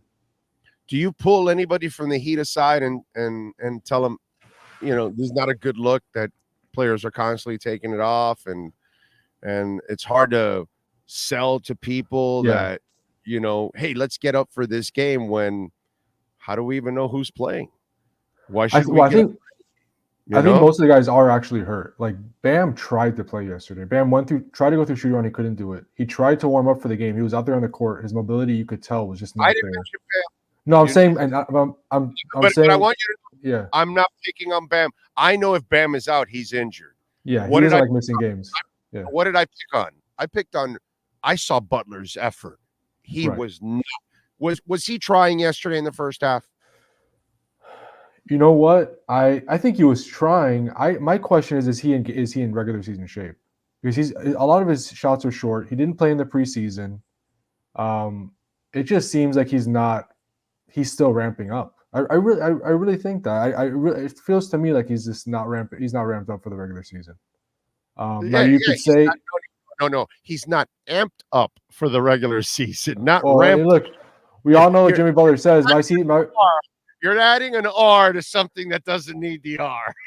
We all know what Jimmy Butler says. His regular season doesn't start till after the All-Star break. So we have 3.5 months until then. So have you pulled a Heat person aside for that? I just wonder, you don't have to tell me who it is, but have you pulled them aside and you tell them, this is a bad look for you guys? Because, this doesn't make any sense. How do we write it up and talk it up and try to help, promote it when you aren't doing your part at times. Yeah, so I've spoken to a few people about it, and they say, look, they understand it looks bad optically. There's no way around that. It's the third game of the season. He didn't play in the preseason for him to rest, but they feel very strongly about sticking to a certain plan they have with Jimmy Butler. Last season, he missed half this back. He didn't play. He played in both games of back-to-back half the time. I think it was 7 of the 14. He played in both games of back-to-back. So this is nothing new. It just happened in the third game of the regular season, which doesn't make it look good. But he's going to miss games on back-to-backs. That's just the way it is. We know Jimmy isn't playing more than 65 games in a season. So this was the first one. Yes, it looks bad, and I think they know. I know they know that. But they have a plan. It's worked in prior years, and we'll see if it works again. They have a plan. Or is it's the only plan they can go by? They don't have an option. They have to sell you that this is their plan, but it's really not their plan. We have to do what Jimmy wants to do because we know unhappy Jimmy is probably not going to be a good thing for any of us, unfortunately. So is this a plan that is forced mostly?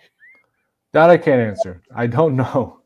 But your point of an unhappy Jimmy is not good for anybody is a good point, right? We've seen Jimmy in prior teams when he's not happy, what happens. So I think the team, I know the team has a part in creating this regular season quote-unquote plan. How much of it is Jimmy? How much of it is the training staff? That I can't answer.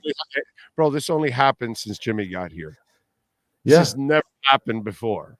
I mean, Okay. Dwayne Wade played like he played November like he played May. Okay. Right. It didn't matter. Tim Hardaway played November like he played May. You know what I'm saying? Yeah, but the science has changed a lot. We know a lot more than we did back then.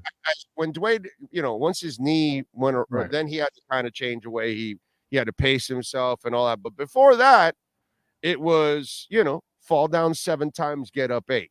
Yeah. Okay. And so this only started with one player, really, that has influenced this whole way of life that the Heat have not taken the regular season serious anymore. I got to be honest, because it ain't the way Spo has coached. Yeah, it's definitely different. And Jimmy's a different guy. And again, the thing is, he's proven that it's worked for him in prior seasons. So right now, it's just hard to argue against it because he could say, look, we did this last year, look where I got you. We did this 3 years ago, look where I got you. 4 years. If he's there in the playoffs, you know what you have. And at the bottom line, unfortunately for fans, because the regular season is long, there's 82 games. We all want them to be interesting, but this is what it is right now. Yeah. Yep. Uninteresting basketball, covered by Anthony Chang and the Miami Herald. Read my stuff. Follow him on Twitter at Anthony_Chang. What do you got going on in the Miami Herald about the uninterested Miami Heat? Well, we have a story up this morning on the Heat culture uniforms that were just released a few hours ago.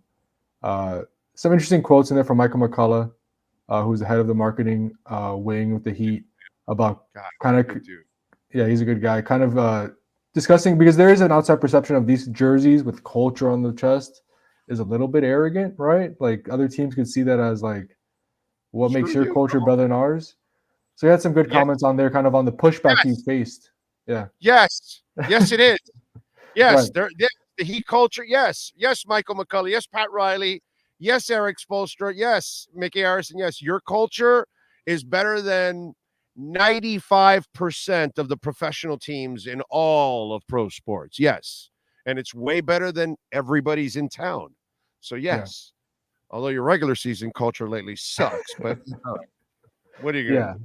So take a look at that. The pictures of the new jerseys, the background of them, insight on kind of the pushback the Heat team got for creating these unique jerseys that have culture on the chest. And then later today, sometime while I'm traveling and have a chance, Gonna look ahead at the homestand. Eric Spoelstra called it a very important week for them. I know it's really early; it's only 4 games in, but if they lose 2 or 3 at home now, and then they go on the road again for I think it's a 4-game trip they have coming up.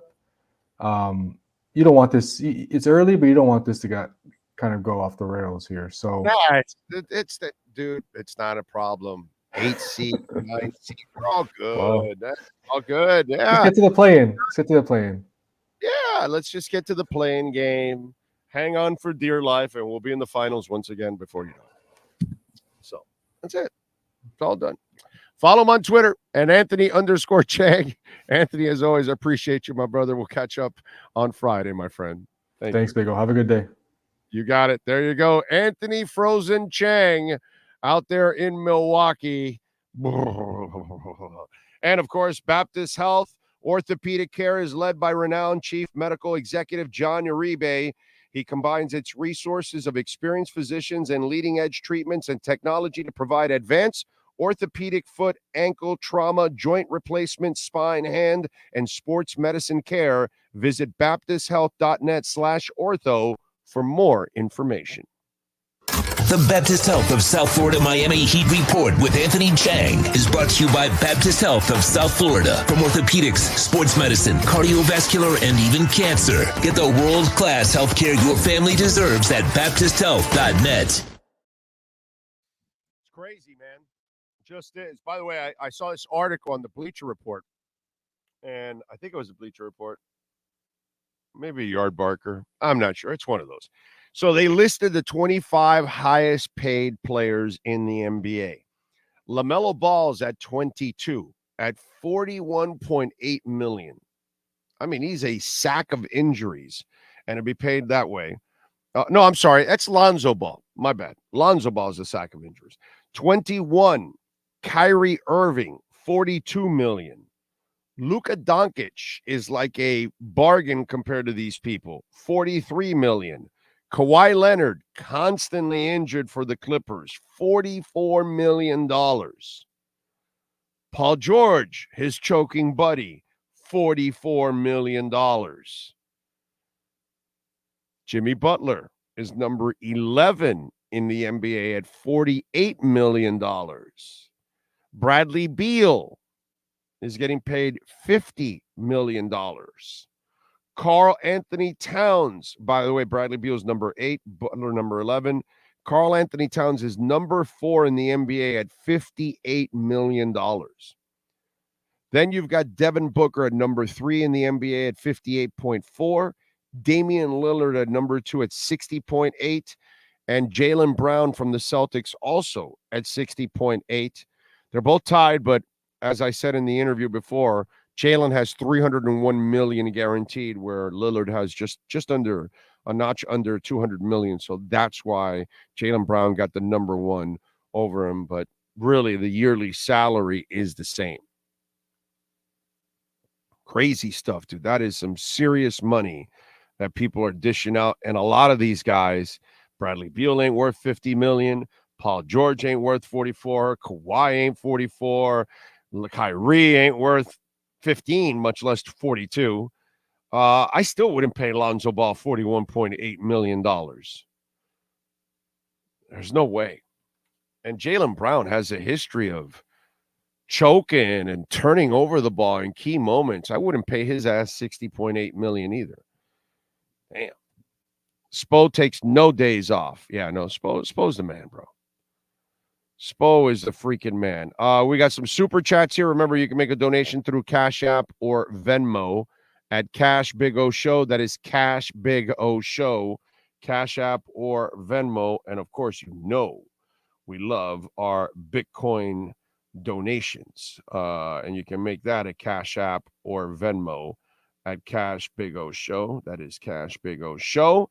Rick D. Man, the super chat.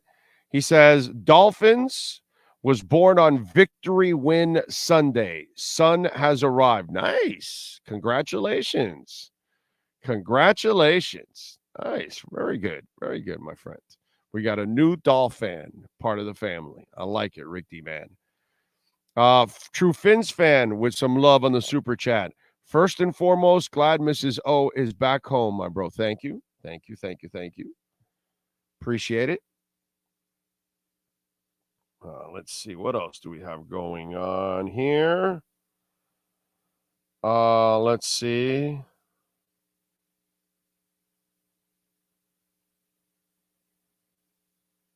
Okay.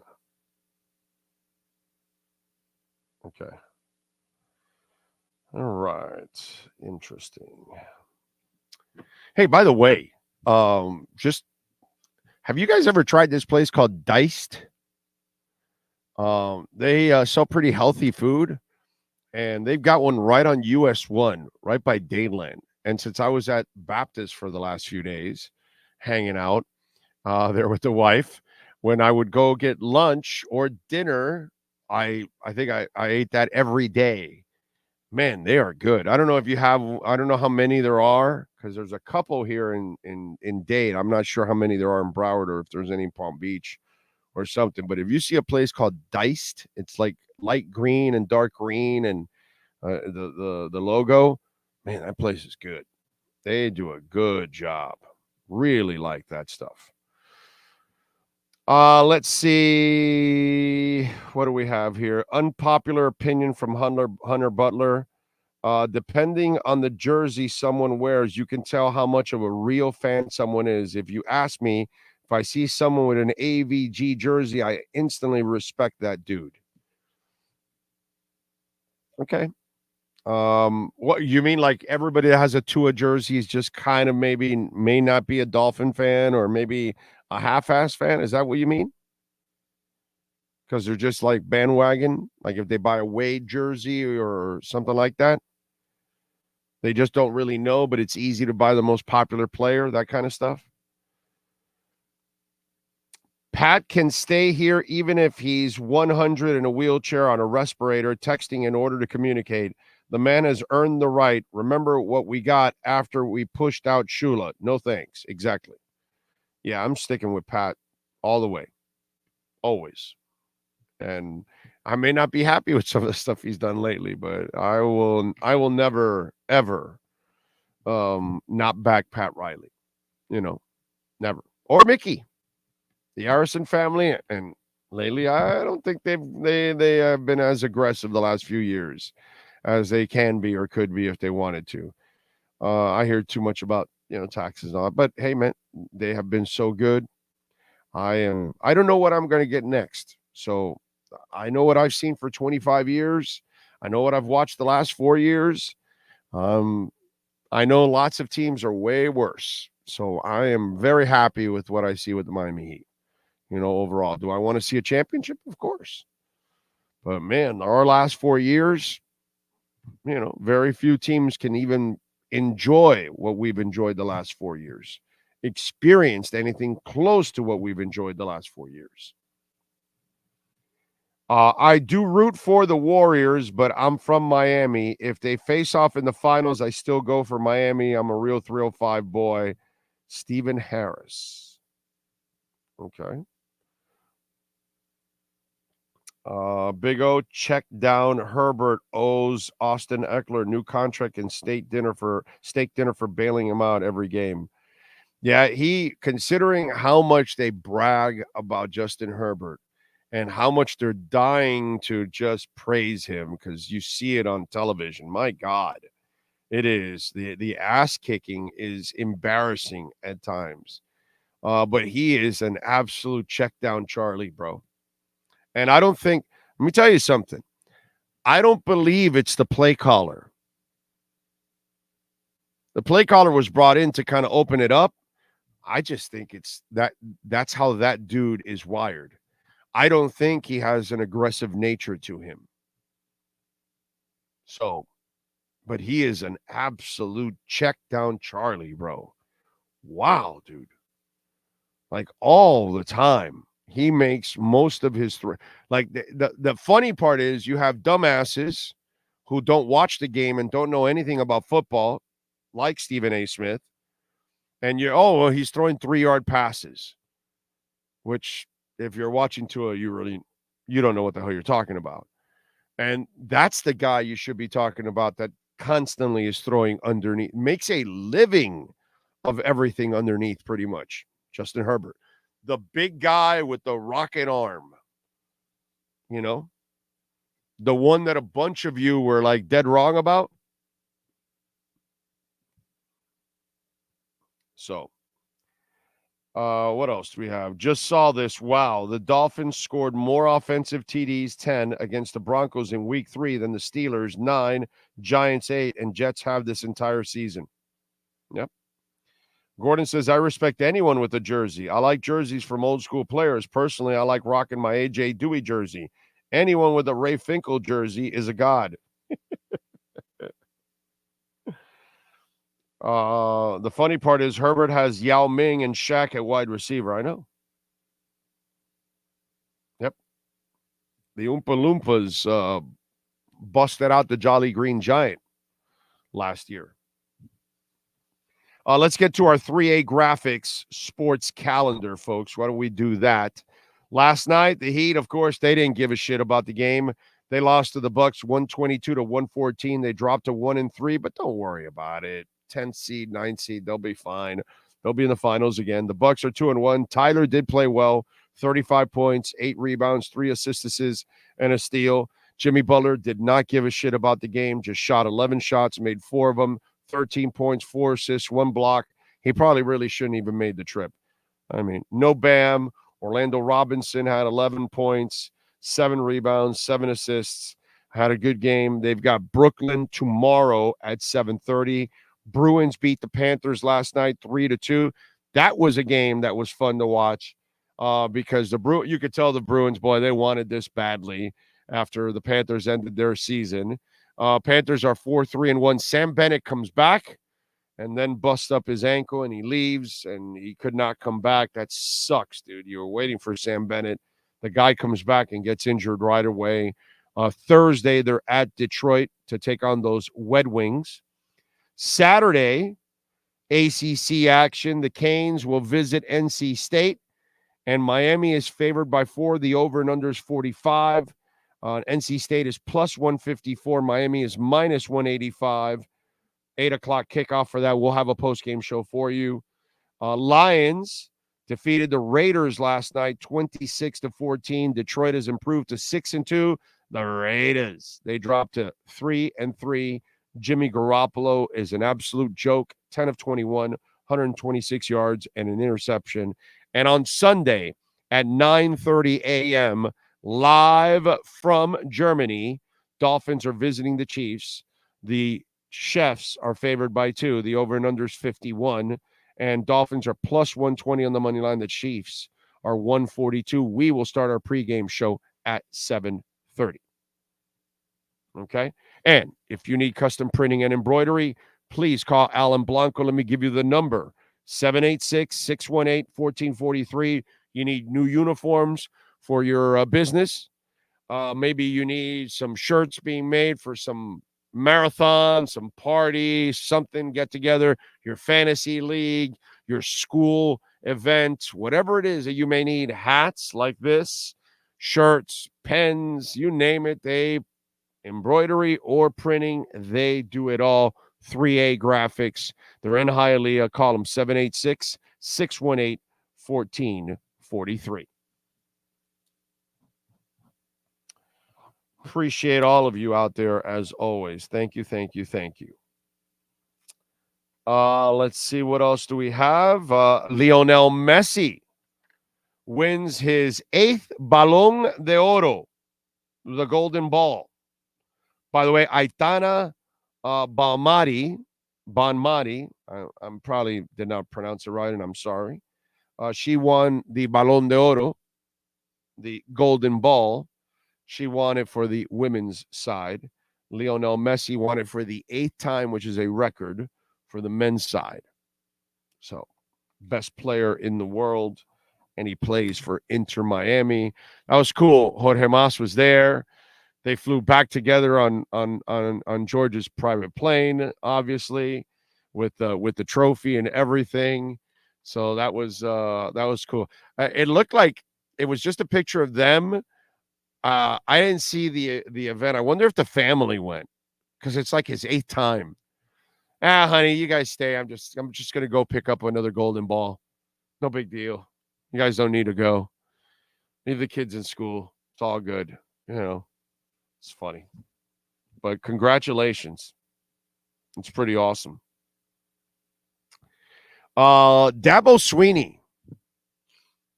I thought, Sean, if you could pull up this phone call.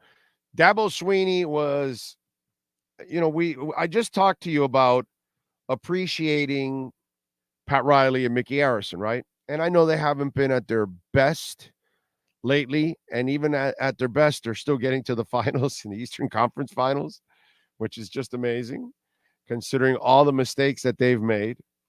So I was looking at this, and, one of the things that I tell you why you have to appreciate it, because we pushed Shula out, and they never recovered. I think now is when they're recovering. 25 years later, after Shula retired, is now is when they're finally like headed in the right direction. They have a respectable team. They have a chance to start to be great. They have a real quarterback again. The last time they had a quarterback, thanks to Don Shula, they had Dan Marino. So I always tell you to appreciate Riley and appreciate Arison. You can complain about some of the stuff lately, but don't think that it's going to get better with anybody else, because look what's happened with the Dolphins, and we went through a quarter century of suffering. So Clemson is 4-4, okay, which is going to be one of Dabo's worst seasons, right? So on Monday night, he went off on a caller on his radio show. The caller's name is Tyler from Spartanburg. And he asked Dabo Swinney why Clemson is paying him such a high salary to go 4-4. So I want you to hear Dabo Swinney's response, because I think Dabo Swinney's response was golden, was 100% on target.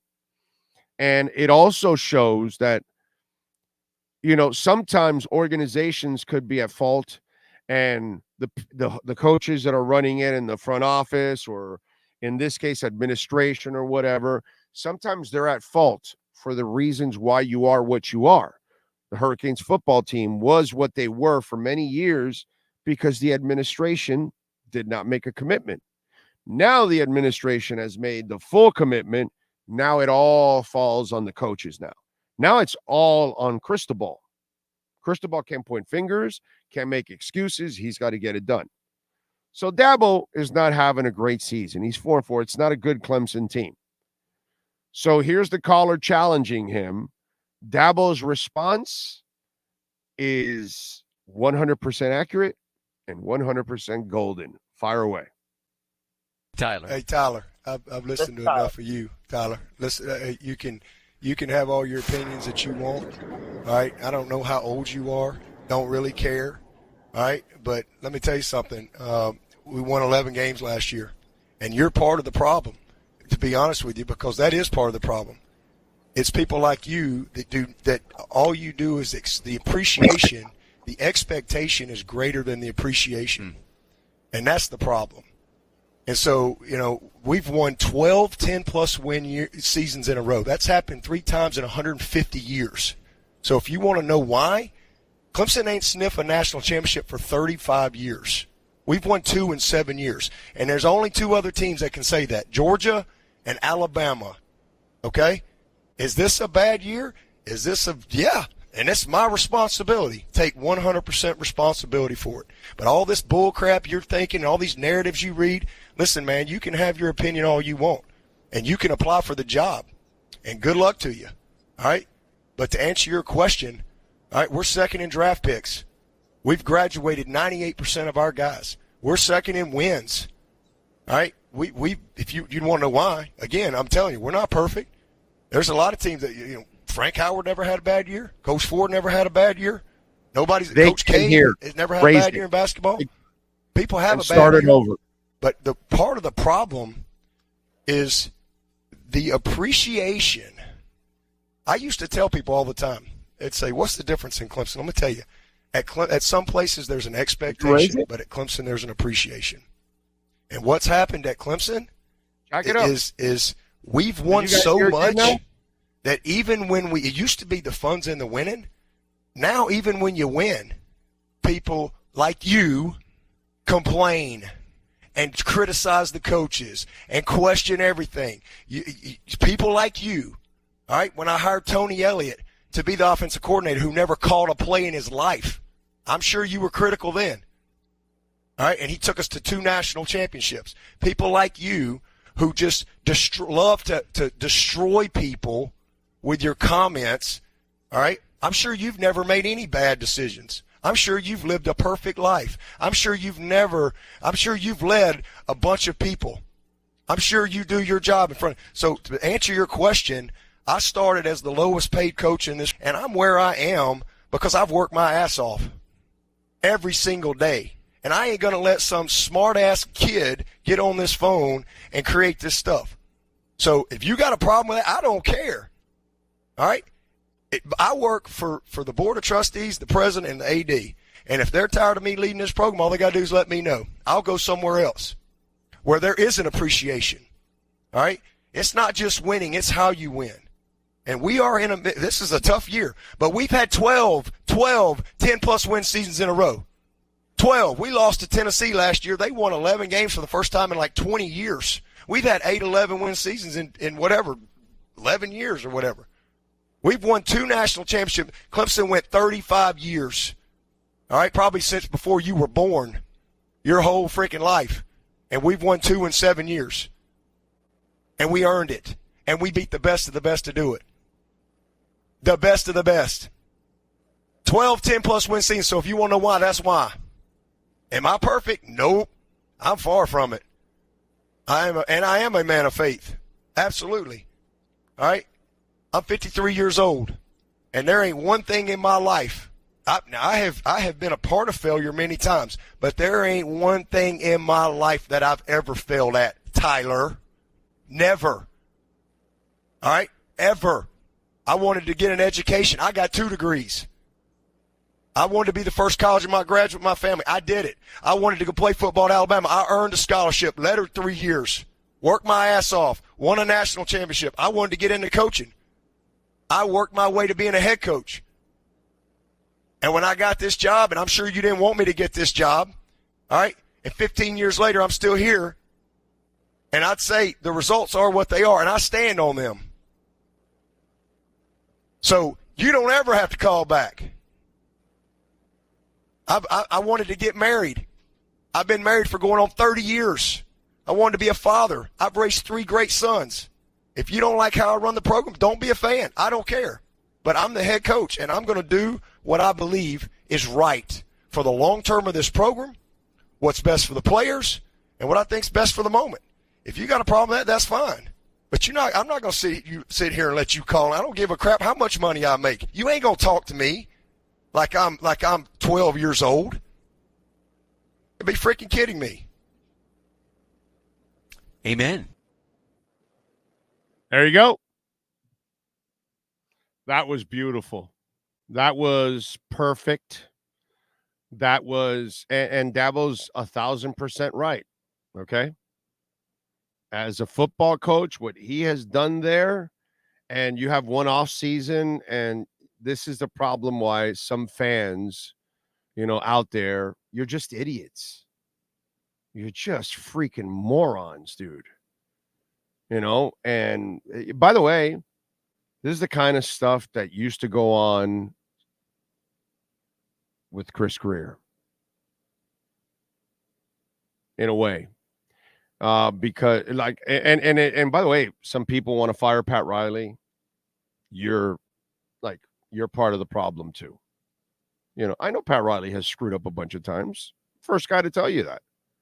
Never get rid of Pat Riley. He's not perfect, but he's better than anything we're going to get, have, whatever. Shula was not perfect down the stretch. He made a shit ton of mistakes. And all of us regret the firing of Shula because you saw what happened for 20 years. And Shula's worst years were better than everything that Jimmy Johnson could ever do, or Dave Wanstead, or anybody else. Okay? Because all these clowns, all they could ever do is pretty much get to the first round and get eliminated. That was a bad year for Shula. And if you're a Clemson fan complaining after all this winning, come on, dude. So Tyler deserves to get ripped, and ripped even harder than what he got ripped there. Because Dabo had all the receipts, all the facts. And if you're a Clemson fan, yeah, it's a down year. Yeah, it's not a good year. But, dude, you have been on a roll that's all right. It's all good. You can have a down year, Good job by Dabo. Excellent job by him. We do have a trade. The Commanders and the Bears have agreed to a trade that is expected to send defensive end Montez Sweat to the Chicago Bears for a 2024 second-round pick per sources. Sweat is in the last year of his contract, and the Commanders are opting for a draft pick now. Chicago beefs up its line. I would imagine that Chicago is also going to give him a new contract, right? I mean, that's the only reason you would make this trade, is that you're also going to give him a new contract. So we shall see. Let's see. Yep. Any other trades come through, we will tell you about them. Dabo absolutely destroyed that kid. That kid's grandkids will feel that one. Yep, he should. Big O fans are calling him past Riley. Yeah, that's what they did to Shula. And, John, anybody that wants to get rid of Pat Riley is an idiot Heat fan. That's all. So the last 4 years, you've gone to the finals twice, in the Eastern Conference Finals 3 times. I get it. I'm the first to tell you he's been failing in bringing in whales. I get all of that. But I'm not getting rid of Pat Riley ever. Pat Riley can walk away whenever the hell he wants to walk away. And then I'm really going to hate it. Okay? So, Clemson has no excuses to be out of the top 25 and got beat by us. It happens. You have your bad years. And that's it. And you lost coaches like crazy. I mean, there's been a lot going on for Dabo Swinney. You have to be, also, honest with what's going on. I mean, his defensive coordinator is the head coach at Oklahoma. So, I'd say when you lose that guy, that's a catastrophic loss. That's not easy. You don't replace a defensive coordinator just like that, especially one that's, as good as he is. A guy that programs have been dying to poach from him and give him a head coaching job, and he kept turning him down until the right one came along, because he could do that. It's not easy, man. It's not easy to lose those kind of people that establish themselves with you, and they are also in their own way a movement. You know what I'm saying? Because people want to play for that defensive coordinator, that offensive coordinator, that head coach, because these individuals make a difference in your life and they make you better. So he's gone through a lot of change, and he has to overcome it. So I can understand some of the setbacks for Dabo. Yes, sir. Dabo Swinney arrived for his press conference this morning. He wished everyone happy Halloween, then asked reporters who they are dressing up as. Phil Kornbluth from Sports Talk South Carolina answers, Tyler from Spartanburg. Everyone, including Swinney, laughs hard. Of course. That's good. Yeah. Thought Washington would keep Sweat and trade Chase instead. Bro, people don't want Chase. And they're probably asking for too much, and they're like, no, dude, he's a sack of injuries.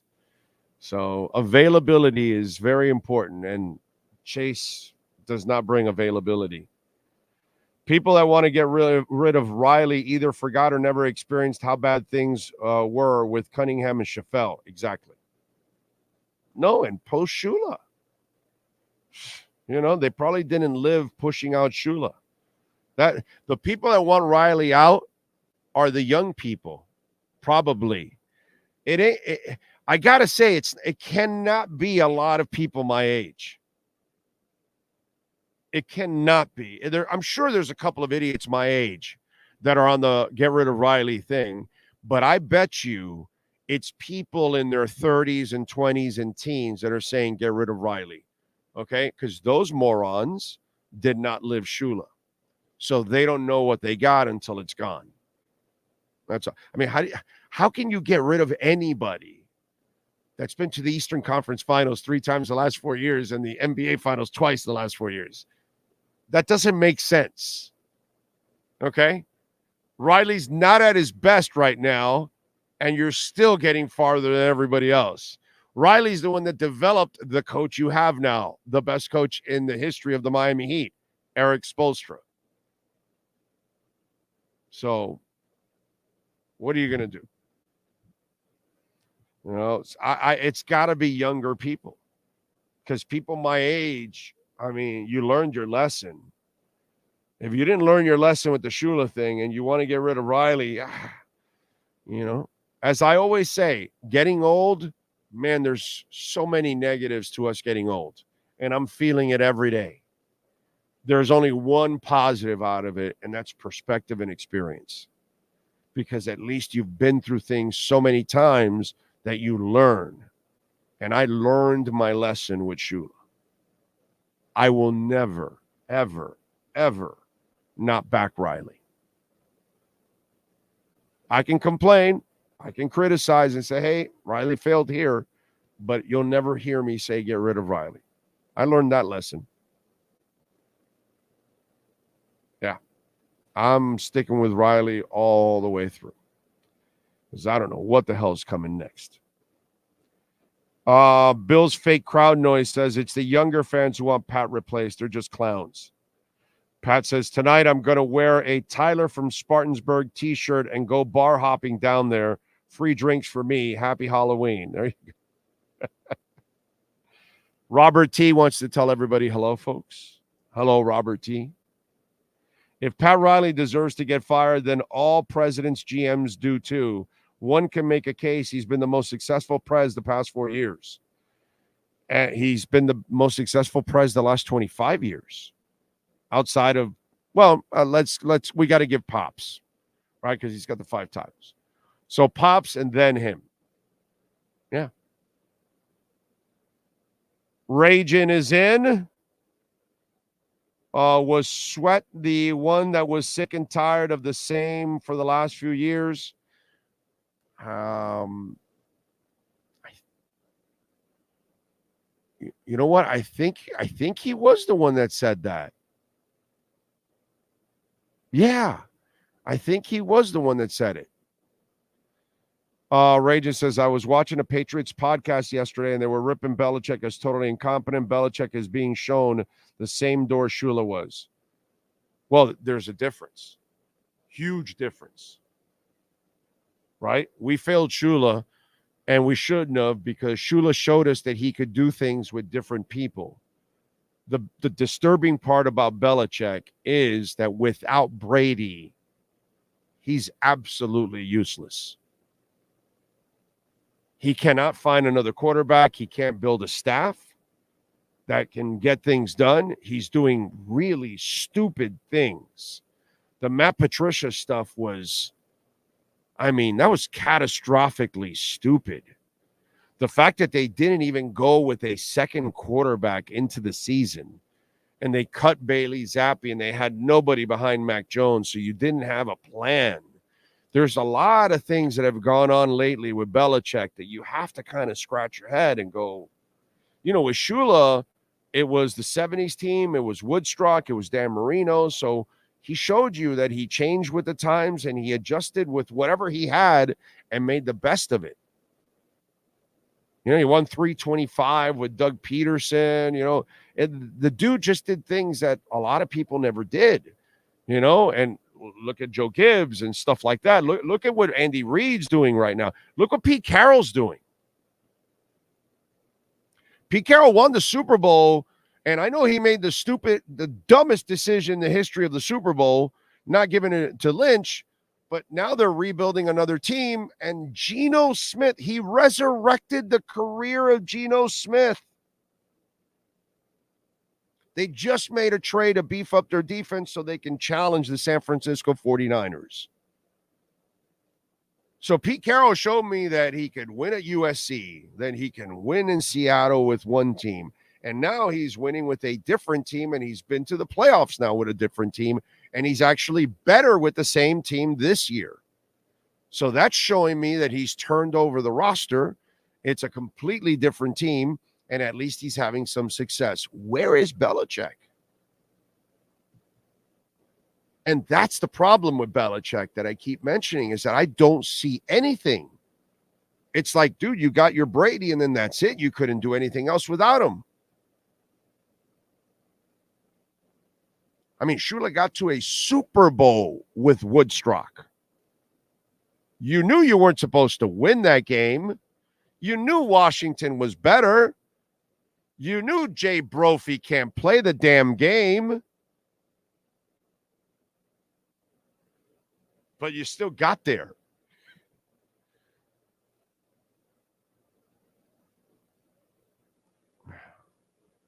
Big O, happy Halloween. Who should I be for Halloween? Johnny Lawrence, Karate Kid, Joe Philbin, Hans and Franz, Charlie Harper, 2.5 Men, or Big O with Nature Be and Energy. You definitely don't want to be me. I would go with Johnny Lawrence from Karate Kid. I like that one. I think Belichick gets one more year. That's what I said. I said this past off season that Belichick, that this season will put him on the hot seat for next year. That's what I think is going to happen. So you and I are along the same thought wavelengths. That's what because I thought this year would be a disaster, and then that would put him on the hot seat for next year. And he deserves to be on the hot seat, unfortunately, because he has shown that he is useless without Tom Brady, and that's bad. That's bad, dude. You know, Andy Reid got the best out of Alex Smith and then found Pat Mahomes and developed him. He got to an NFC championship game 4 times, I believe, with the Eagles and 1 Super Bowl trip. And he developed Donovan McNabb. He of the down-arcing football. So you got to show me something, and he doesn't show me shit. Messi is great, but Erling Haaland should have won the Ballon d'Oro. Bro, he won the World Cup with Argentina and then came here and got it done. I don't know, bro. I don't know. Let's see. Big O, don't forget to turn the clocks back this coming weekend. Yeah, get an hour extra on Sunday, right? Isn't it Sunday? So that's good. That's good for me and Sean because, wow. Doing a post game, I was thinking about this. I got to do the post game for the Canes on Saturday, and then got to wake up so early to do the pregame for the Dolphins. I'm going to need that extra hour, bro. Can we make it 3? That would be good if we can make it 3.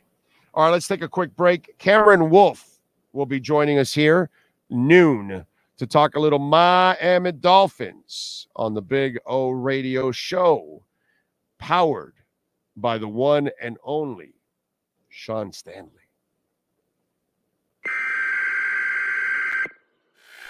We interrupt this program to bring you a special report. Miles an hour, that's a Category 4 hurricane. 3 deaths are reported in Florida after more than 24 were killed in the Caribbean. This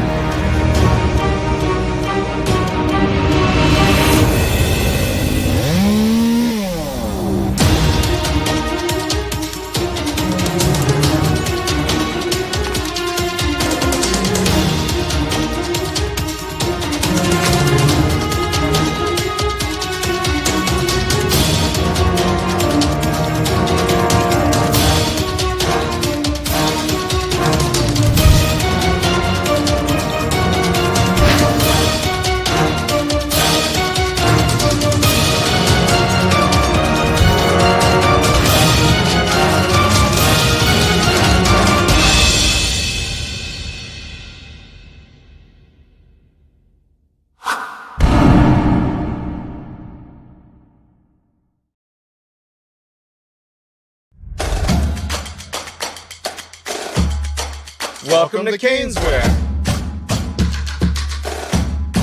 New store, new items, same great experience. Family owned and operated since 2010, Caneswear has the latest merchandise from the Miami Hurricanes, Miami Dolphins, Florida Panthers, Inter Miami CF, and more. Come visit us at our store in Davie on University Drive, just south of 595, or online at caneswear.com. Caneswear, the spot Miami fans shop. Oh, I think I know what this is. Houston, we have a package. Hello? No matter where you are, the Sloman Shield home security system guards your home. With next-gen perimeter protection, 24/7 monitoring, and interior motion sensing. And right now, get a free Sloman Shield security system and doorbell camera, all professionally installed, for free. Shield your world, the Sloman Shield.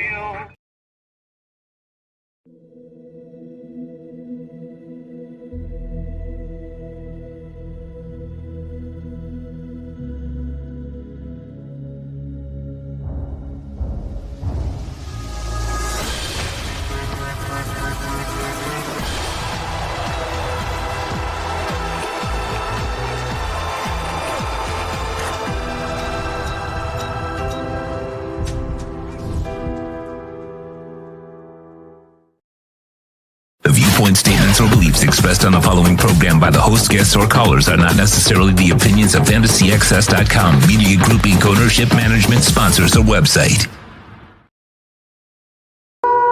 We unleash the Wolf Pack as we get the latest in the NFL and the Miami Dolphins with our KSDT CPA Pro Football Report with NFL Network insider Cameron Wolf. KSDT is one of South Florida's largest and one of the country's fastest growing accounting firms. KSDT CPA is a full-service firm that also excels in crypto. Visit them at ksdtcpa.com or call 305-670-3370.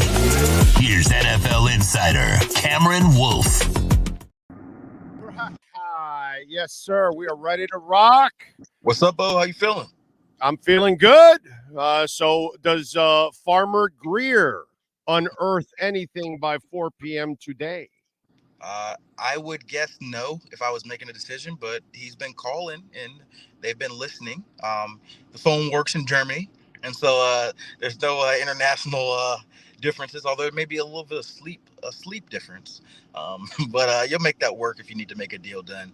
I wouldn't expect anything major. If anything, if something that might be a little minor, we dump off one player or you send us one player for a late pick or something. I think their big move was the Jalen Ramsey acquisition this offseason, and then they made another move with Claypool. So nothing would surprise me with Greer, but I think the bigger moves are probably elsewhere around the league. I know he's become a little bit more of the offense, and I'm happy for him, but Cedric Wilson, could he be going somewhere? It's interesting because his value is probably better than what it was at the beginning of the season. I had heard they were definitely open to trading him before the season. In fact, you could have got him for pennies on the dollar, but his contract was a huge issue. People did not want to pay the money that he had left on his deal, given how he played last year. Now he's played better, but then the Dolphins have the issue of there's some depth. They have some depth question marks now that they've lost Eric Uzukama for a significant amount of time, and Craycraft is just coming back from his injury. And now Cedric has really established himself really ahead of Berrios in some sense as a pass catcher in the offense. He becomes a little bit more of an important tool. Now, if a team like Dallas or somebody else was saying, hey, we're going to give you a 4th or 5th round pick, I think Miami would listen. But if it's just a 6th or 7th round pick for a salary dump, then I don't think Miami's probably in the market as much anymore. The only reason I thought he could also be moved is because we've been talking about you only have 8 spots to bring back, but you also once you're bringing them back, you're going to start releasing people you don't want to release. That's a good point. And so Craycraft coming back, that allows you, because he is your best blocker, that allows you to get the guy that knows the system really well, and it allows you to keep Claypool active, and you can move Cedric off. Absolutely. That's a position where Uzukama became a luxury because of Claypool, and the more you start using Claypool, then you start thinking, well, maybe we don't need Said nearly that much either, and this opens up a spot. So it's like a twofold thing. One, yeah, you can try and unload Said, but you may also need the roster spot also, so you may take a little less just because you need that roster spot. That's a great point. Like I said, I don't know if I necessarily expect any deal, but would it shock me if there's a Cedric Wilson deal? No, because the reality is Dolphins don't have it. He's not a hugely valuable piece for them. And obviously 2 months ago, he was a negative value piece for them. And so I don't even know if it's a neutral at this point. Is it slightly positive? Either way, I would imagine if there is a Cedric Wilson deal, it's very minimal compensation, and it's maybe what you're saying, more of a money and roster space decision than we're going to get this draft pick that has any value for us. So yeah, one other thing, like if there was a move today, I would probably keep an eye on the defensive line. I know they, since early this year, they were hoping to get a little bit more of a Vic fit, whether as the defensive tackle, nose tackle, or a big defensive end. That's a spot that, they just have not been able to fill. They don't really like Agba in that backup 3-4 defensive end role, and they don't really have another backup nose tackle. I mean, Brandon Peely's been in that role, but I think if they had an option, they would somebody that would be a little bit more of a push to Raekwon Davis than Deshaun Hand or Brandon Peely have been. So to me, if there was a move, it would be something on the defensive line. Yeah, it's interesting because the Peely thing is so intriguing because they like him, but they like him as a developmental player, but they like him so much that they know they can't put him on the practice squad. Somebody's going to take him. So it's kind of like they're trapped. It's the Tanner Connor thing. Yeah. That they like him, and so, but they can't put him on the practice squad because then somebody else will take the project and put him on their 53. Right. And so it's kind of like the thing.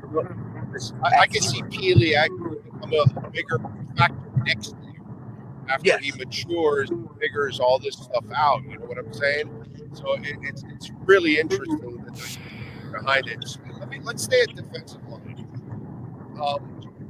Because we're halfway through the season, and not that I want to get to the off season or anything, but in your eyes, is Christian Wilkins?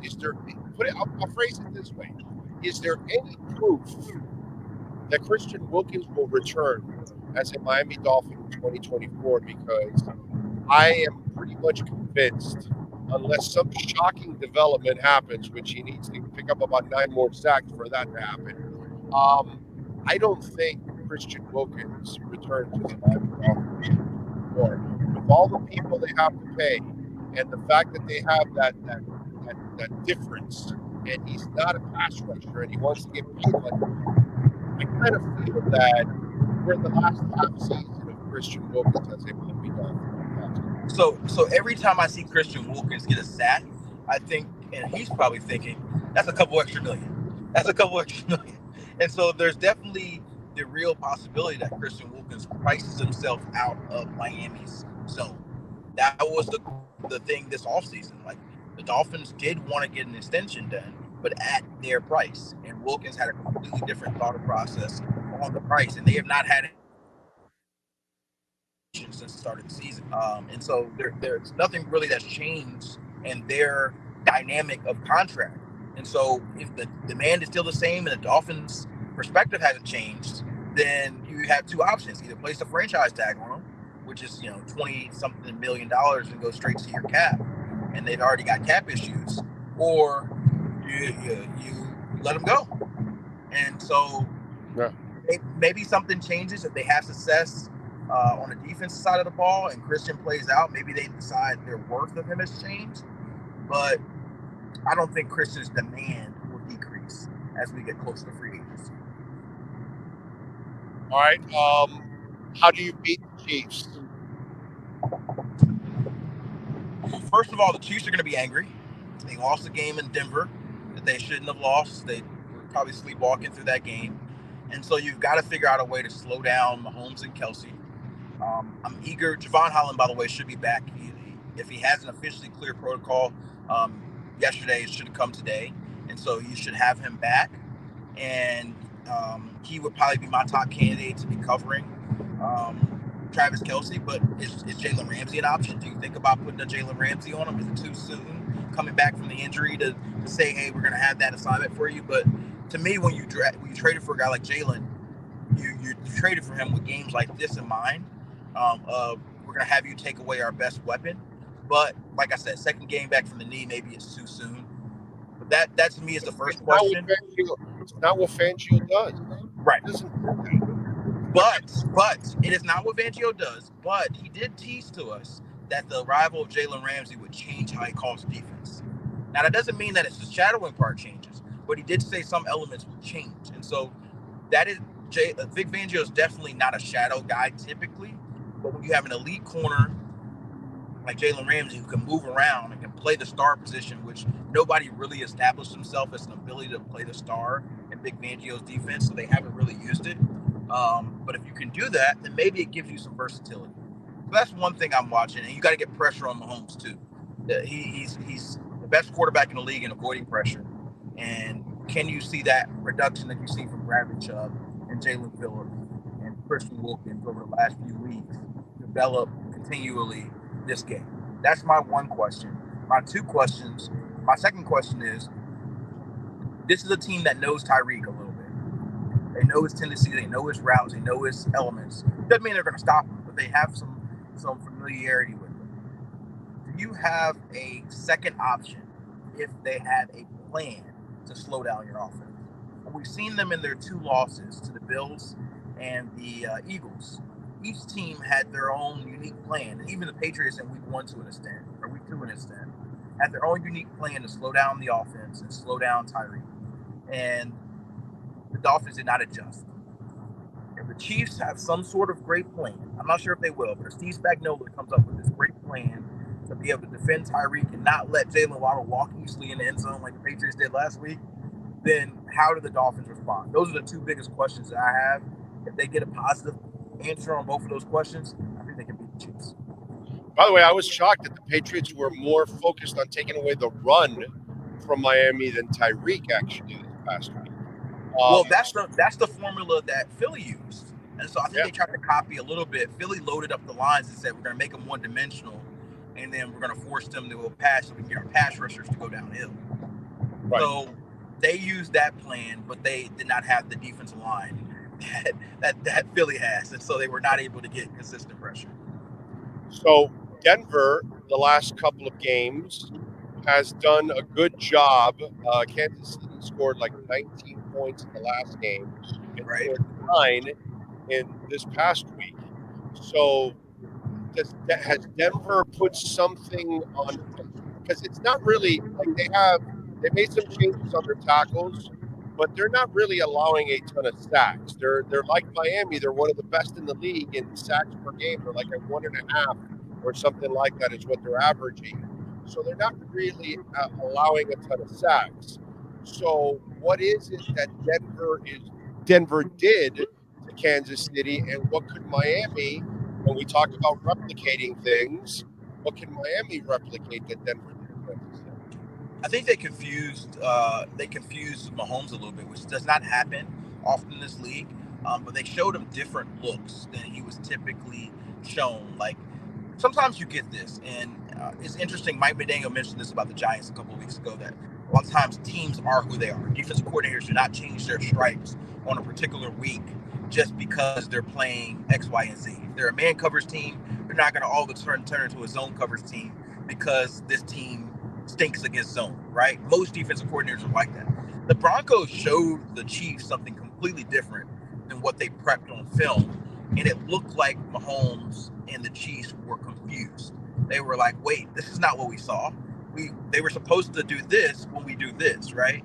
And it made me think that Vance Joseph probably had an all-out scheme and saying, hey, I know this is what we do, but for the Chiefs, we're doing this.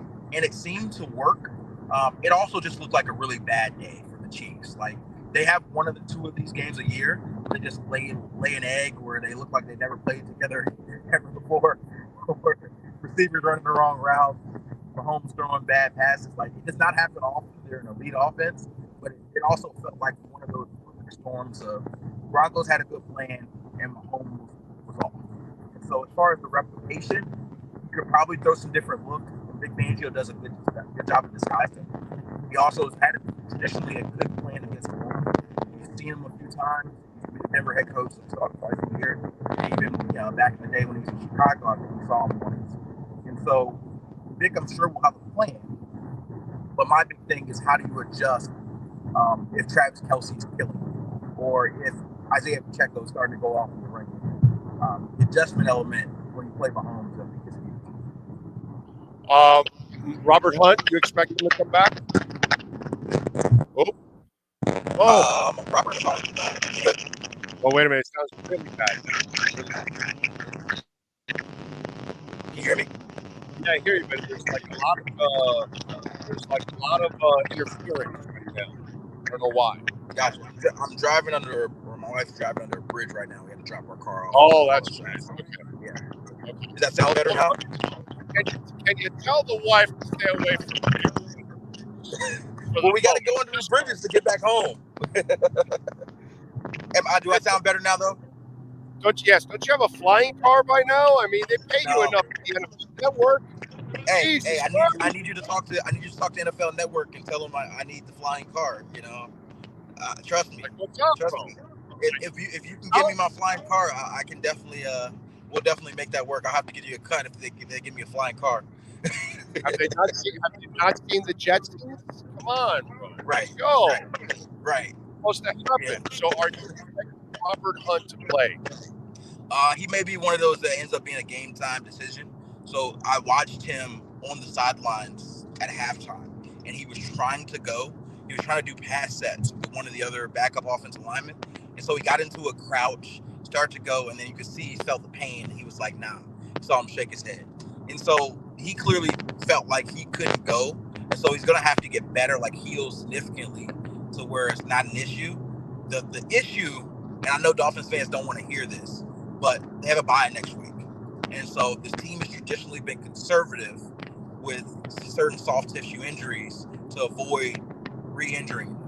And so I don't know how he feels on Wednesday, but if he doesn't practice Wednesday and he's not 100%, I can certainly see them saying, hey, let's try to get by through the bye week and get him fully healthy and be ready to go. So we will see, but it would not surprise me if they're conservative on the trade.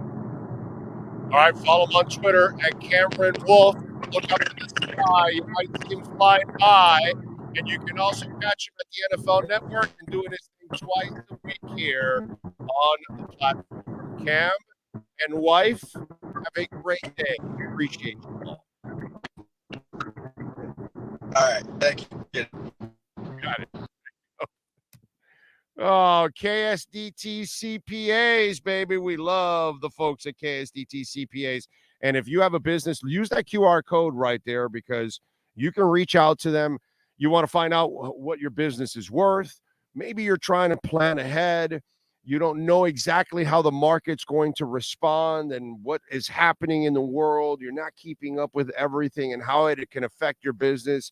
The folks at KSDT can help you out planning from healthcare to payroll. They do it all, folks. Assurance, tax, advisory. They can help you in so many ways. They've got 3 amazing offices in Dade, Broward, and Palm Beach counties. And the folks have now opened up a new office in Charlotte, North Carolina. More offices to come. And by the way, they are also hiring. So if you're looking for work, folks, reach out right there. There's the number, 305-670-3370. That's 305-670-3370. And go to the website, ksdtcpa.com. This has been the KSDT CPA Pro Football Report with NFL insider Cameron Wolf. KSDT is recognized by Forbes as one of the top tax accounting firms for 2022. KSDT CPA is a full-service firm that also excels in crypto. Visit them at ksdtcpa.com or call 305-670-3370.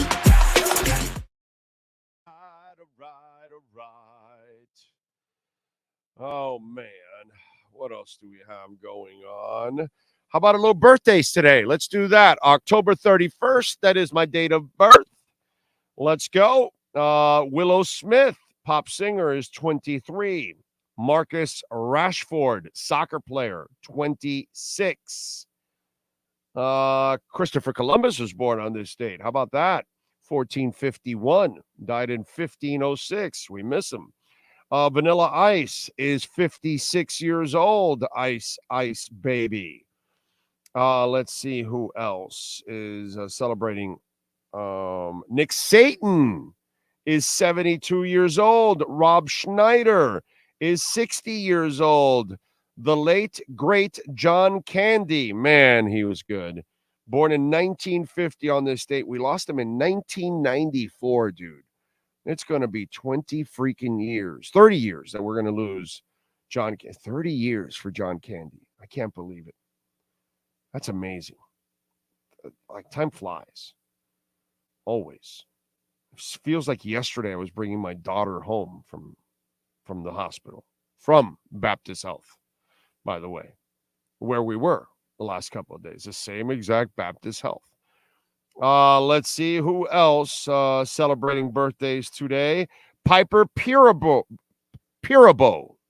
movie actress. She is 47. TV star too, because she was on that show that she was like like an agent. It had like that cheesy cartoon open to it. She's cute too, the Piper Perabo. That was actually a good show. I forgot the name of the show. In fact, let me hit it. Not Piper. The link. She appeared in Coyote Ugly, yes. Adventures of Rocky and Bow, and she also played Annie in Covert Affairs. That's it. I actually enjoyed Covert Affairs. I thought it was a pretty good show. Let's see. Let's go into music history today. October 31st in 92, ABC aired a special called Halloween Jam at Universal Studios, and it featured performances from AC/DC, Ozzy Osbourne, Slaughter, and the Black Crowes. It's a pretty good concert in 1992. In 96, Slash announced he was no longer in Guns N' Roses. He was quoted as saying that Axl Rose and he had only spoken to each other on 2 occasions since 1994. In 93, Red Hot Chili Peppers bassist Flea spent the night at the Viper Room with his friend actor River Phoenix while the rocker was performing with Johnny Depp inside. River collapsed outside. Flea found out and left the stage to be with Phoenix, riding with him to the hospital where River died due to drugs. I did not know that. Did you know that? I did not. I had no idea Flea was with him, headed to the hospital when River Phoenix died of an overdose. Very talented kid, man. River Phoenix, obviously troubled, and that's a real shame. But, man, that kid was talented. 1970, Led Zeppelin started a 4-week run at the top of the album charts with Led Zeppelin 3. In 1990, during a Seattle gig, Billy Idol dumped 600 dead fish in supporting the band Faith No More's dressing room. They responded by walking on stage naked during his set.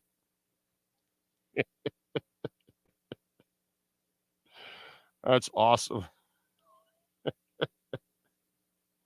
And in 98, Kiss kicked off, rock and rollers, bro. In 98, Kiss kicked off their Psycho Circus tour. God, it was already 98, the Psycho Circus tour, with a Halloween extravaganza in LA. That is, Psycho Circus is an underrated Kiss album. I don't care what anybody tells me. If you're not a Kiss fan, then that's fine. But I love Psycho Circus. I think it's actually a good album. And it kind of goes under the radar. By the way, if you're a Creed fan, they are touring for the first time in 12 years.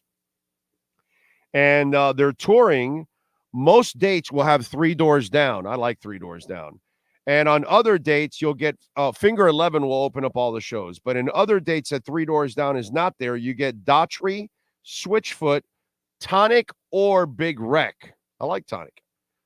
By the way, April 4th here in Miami, they're on a cruise. April 5th, they're also on another cruise in Orlando. So there you go, just in case.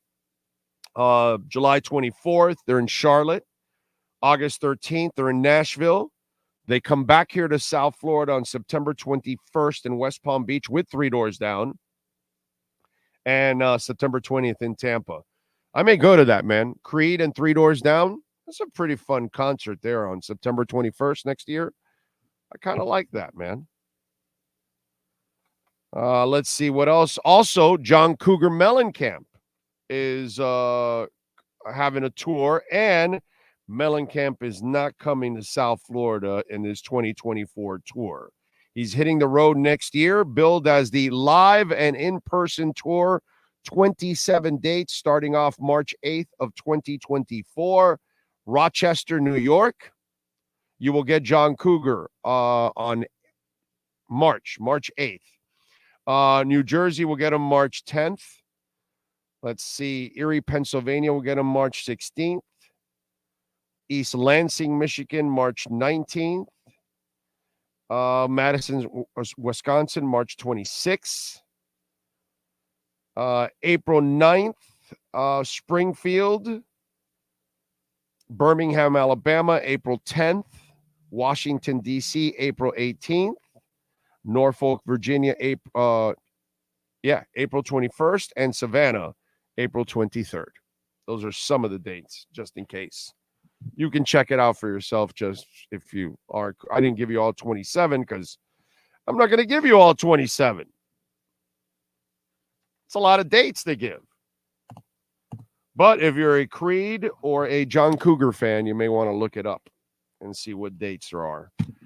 By the way, the money's been coming in on the Miami Dolphins. The Chiefs were favored by 2.5 yesterday. They're only favored by 2 today. Over and under was 50.5. The over and under is now 51. The Dolphins are plus 120. It was plus 114. And the Chiefs are minus 142. It was 135. Okay.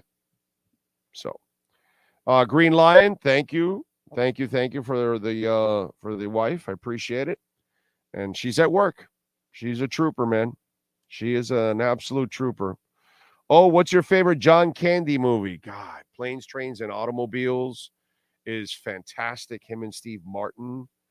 God. Oh, what's that one that Uncle Buck, right? I think it is. That one's pretty good. Stripes. Do they show a movie on this plane? I love John Candy. He's awesome. So yeah, I'm going to go with Planes, Trains, and Automobiles. Okay, I think that one's pretty good. I got to remember all his movies. You threw me off there, but I'll go Planes, Trains, and Automobiles. That would be the one that I'm going to hang my hat on. If I look at it, let me see if there's any other trades going on in sports or in the NFL. That is obviously because that's where we are. They're talking about John Uche being moved today by the Patriots. So we'll see. We told you about Sweat to the Bears, and that's it right now. So nothing so far. Remember, 4:00 is the deadline for the NFL. Ragin says Psycho Circus is a great Kiss album. I Pledge Allegiance is a great. It is. It's just the Psycho Circus song is also good.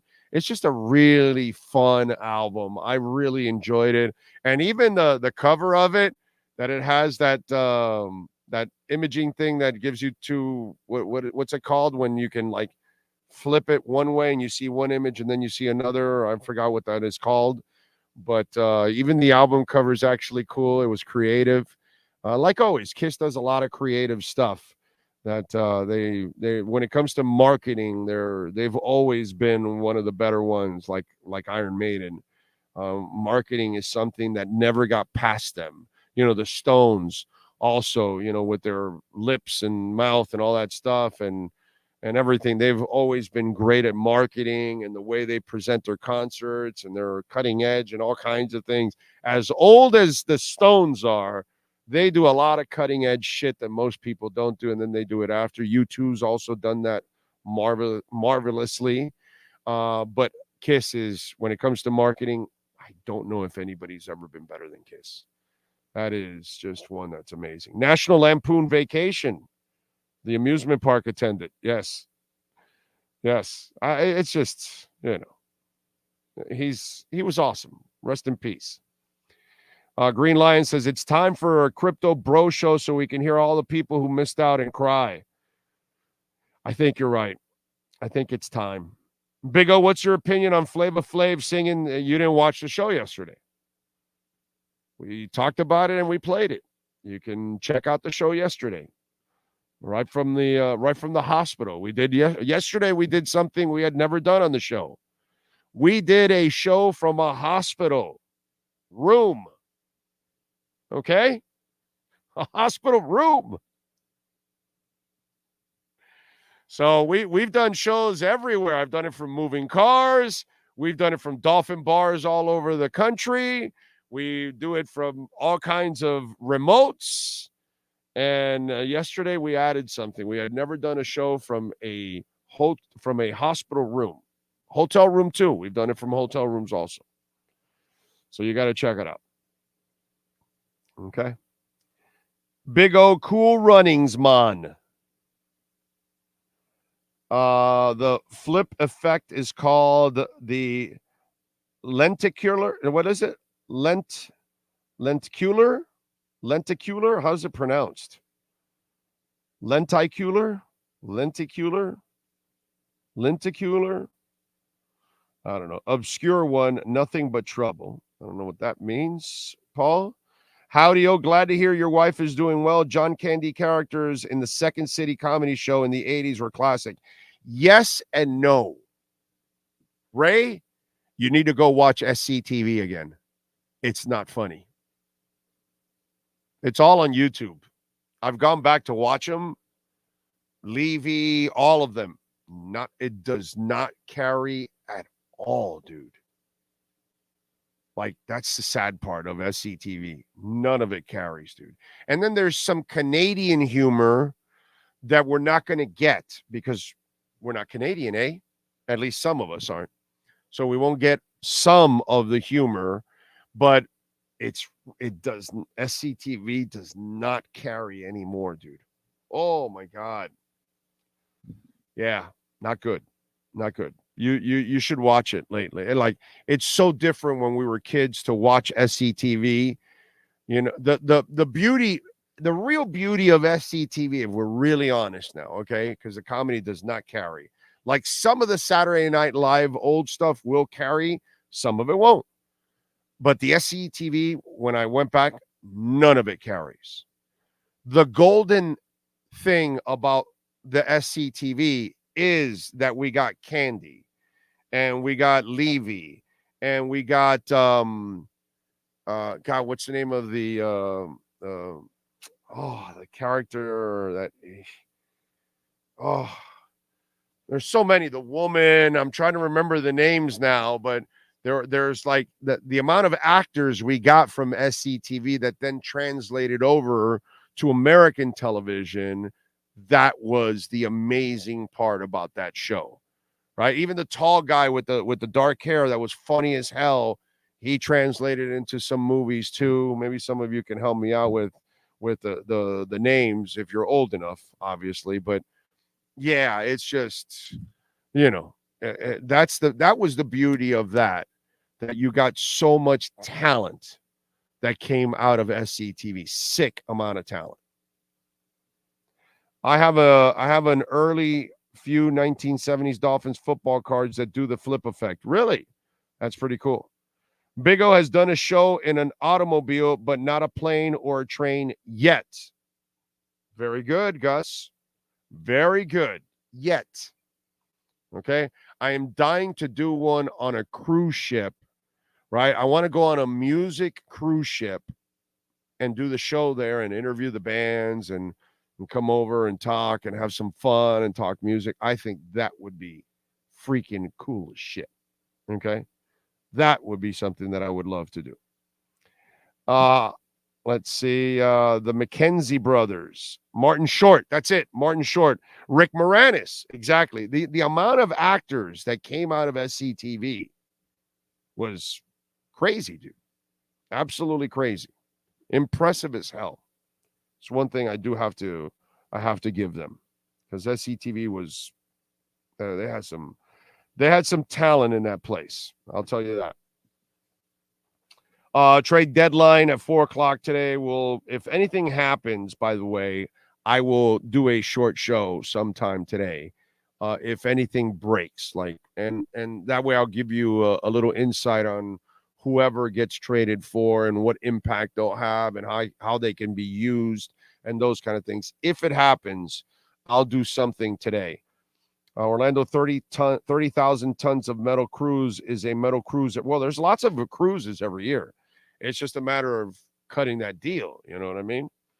By the way, the funny story, and this is some of you out there that fell for all the Dalvin Cook bullshit.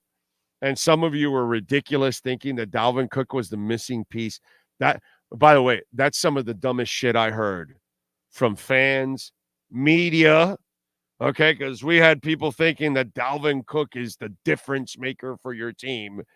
And so the Jets, right, he wants out now because he wasn't smart enough, along with his agent, because all they gave a shit about was money. That's all he ever gave a shit about. He wanted money. That's all he wanted. He was going to go to whoever paid him the most. He didn't really care about anything. But then he realized, oh, shit, this Breece Hall kid is better than I am. He's their draft pick. So the reports now that are coming out, Jay Glazer, I think, is the one that I saw the report from, and Jay's as good as it gets. He is. If Jay Glazer felt like breaking more stories, he could.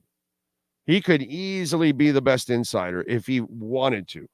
Okay, he's got so much other shit going on that he just doesn't kill himself to go with stories. But if he felt like it, dude, he could rock out one story after another. That guy has some of the best connections in the business, and it's not like some of all these other guys that they're just connected through the agencies, and so they all have like the same agent and the same agency, and so the agency protects the player and protects the insider, and so they feed these insiders, Woj and Schefter and all these guys, and so it's kind of a rig.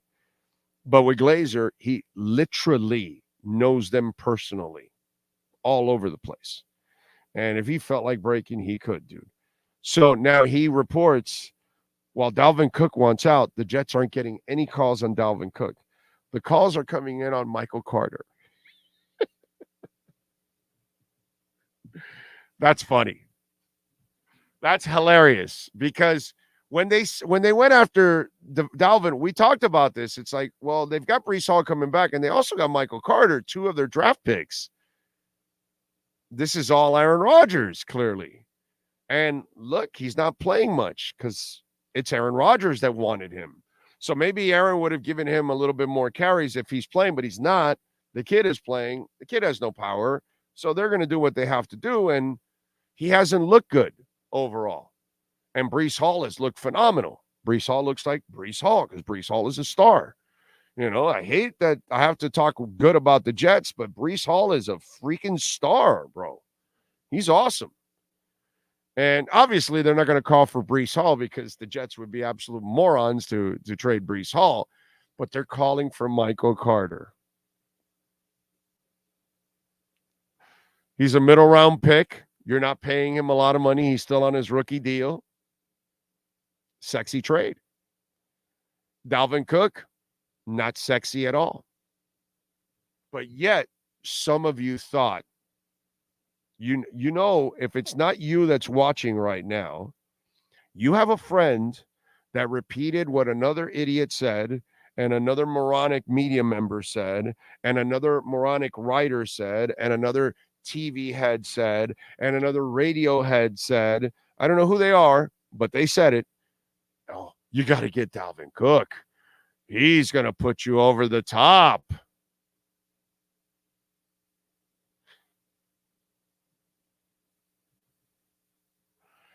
lot of people learned their lesson that running backs are not important anymore. I think they finally got that lesson now. You know, I think they figured it out. Big O, are you coming to Germany for the Dolphins game? Yeah, I'll be there. I'll be there Sunday morning. We are going to be right outside the stadium, broadcasting live there in Germany. Okay. Half the broadcast will be in English. The other half will be in German. So make sure you tune in at 7:30. Have some beer, some Wiener Schnitzel. Okay.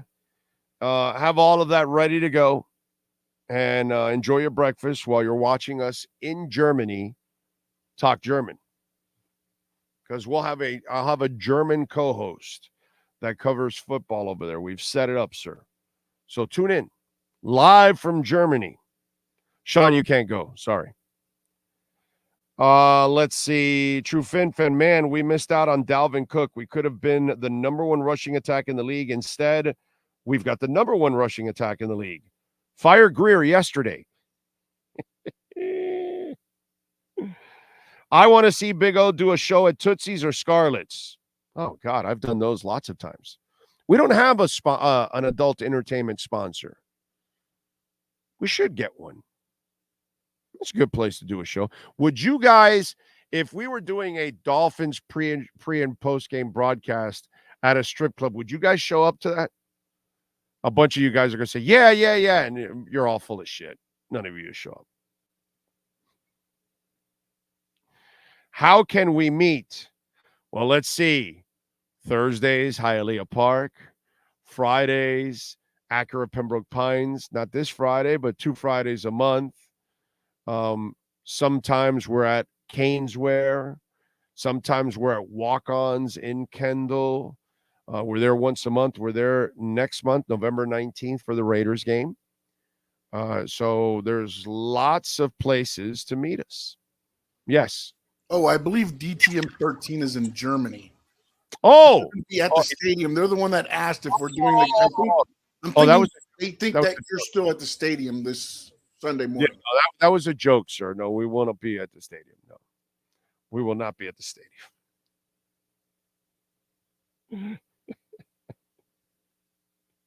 We're not going to Germany. We're not going to be at the stadium. I'm sorry about that. I would love to, but that's kind of expensive for the show to go. You know, we would need some heavy-pocketed sponsors to put that together to send us to Germany. You know. Green Lion says, Caneswear helped my family find my badass Inter Miami shirt. I mean, dude, I can't tell you enough about Brett and Jeff. Jeff is a maniac, dude. He works his ass off there. I see it all the time with customers. They do such a phenomenal job. They really do.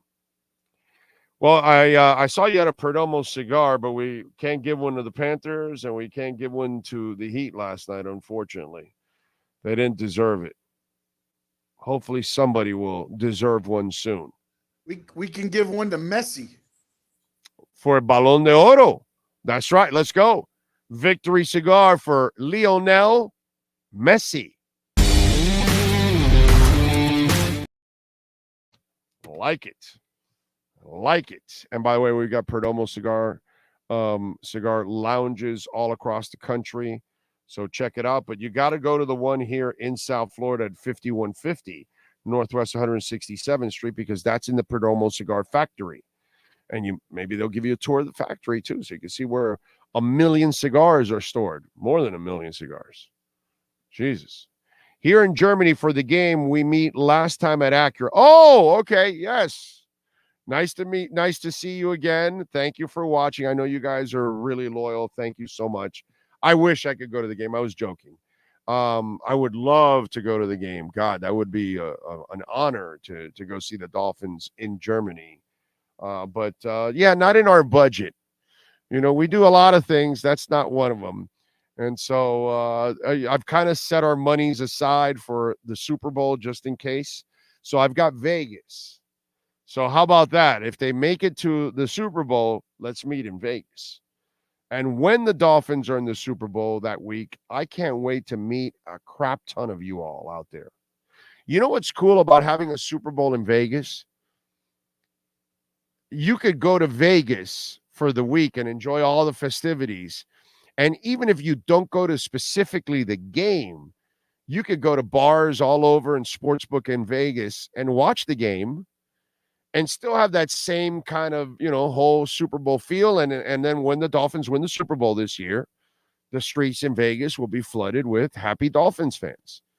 And it'll be kind of cool that way. You know what I'm saying? Because that's the one city, you could go to New Orleans to go to the game itself, but I don't know if you're really going to hang outside in Bourbon Street or in LA or New York City or, not the same. But Vegas, because it's such an international destination and it's so touristy that it would actually, that's the one city that you could go for the week and literally feel like you got a great vacation, you're having fun, you're doing all the NFL experience stuff and meeting players and events. And then the day of the game, boom, you have a blast, you go watch the game somewhere. And then after that, the celebration of the Dolphins' third title.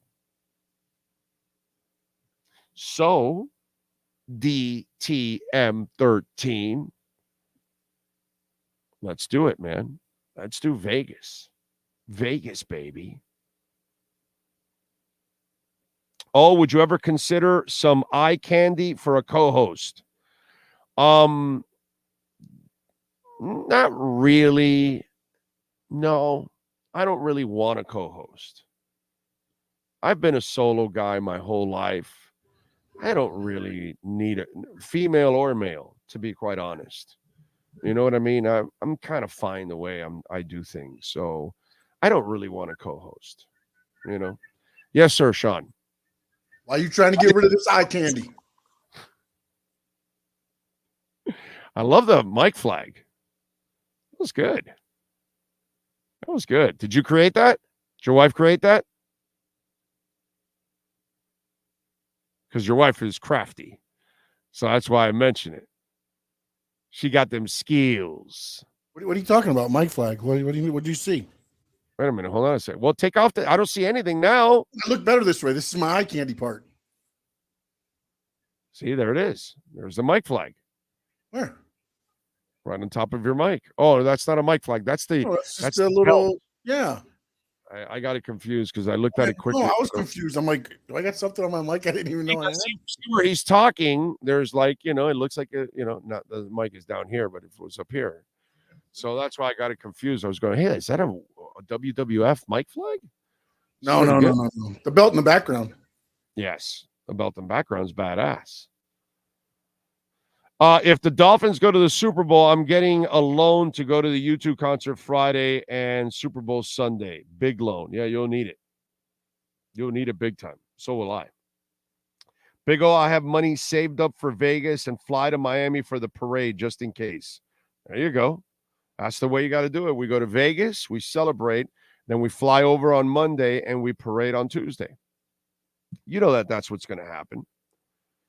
Sean deserves a victory cigar for that one. Well, Sean, the Finns make it to the Super Bowl. I'm going to Vegas to watch the game at a Dolphins bar so I can be there when we win. Wherever you are, Big O, I will be there with you. Can't wait to meet you. Thank you, Tiger Shark Tony. I think we'll be at Tommy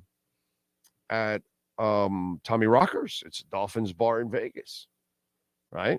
We're going to go to the game, right? And then after the game, we will go to Tommy Rockers and do the post-game show there.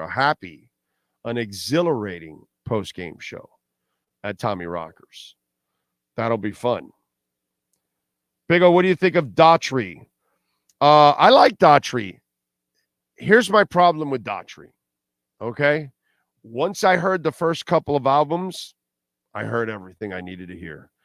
he does not have a variety to his sound.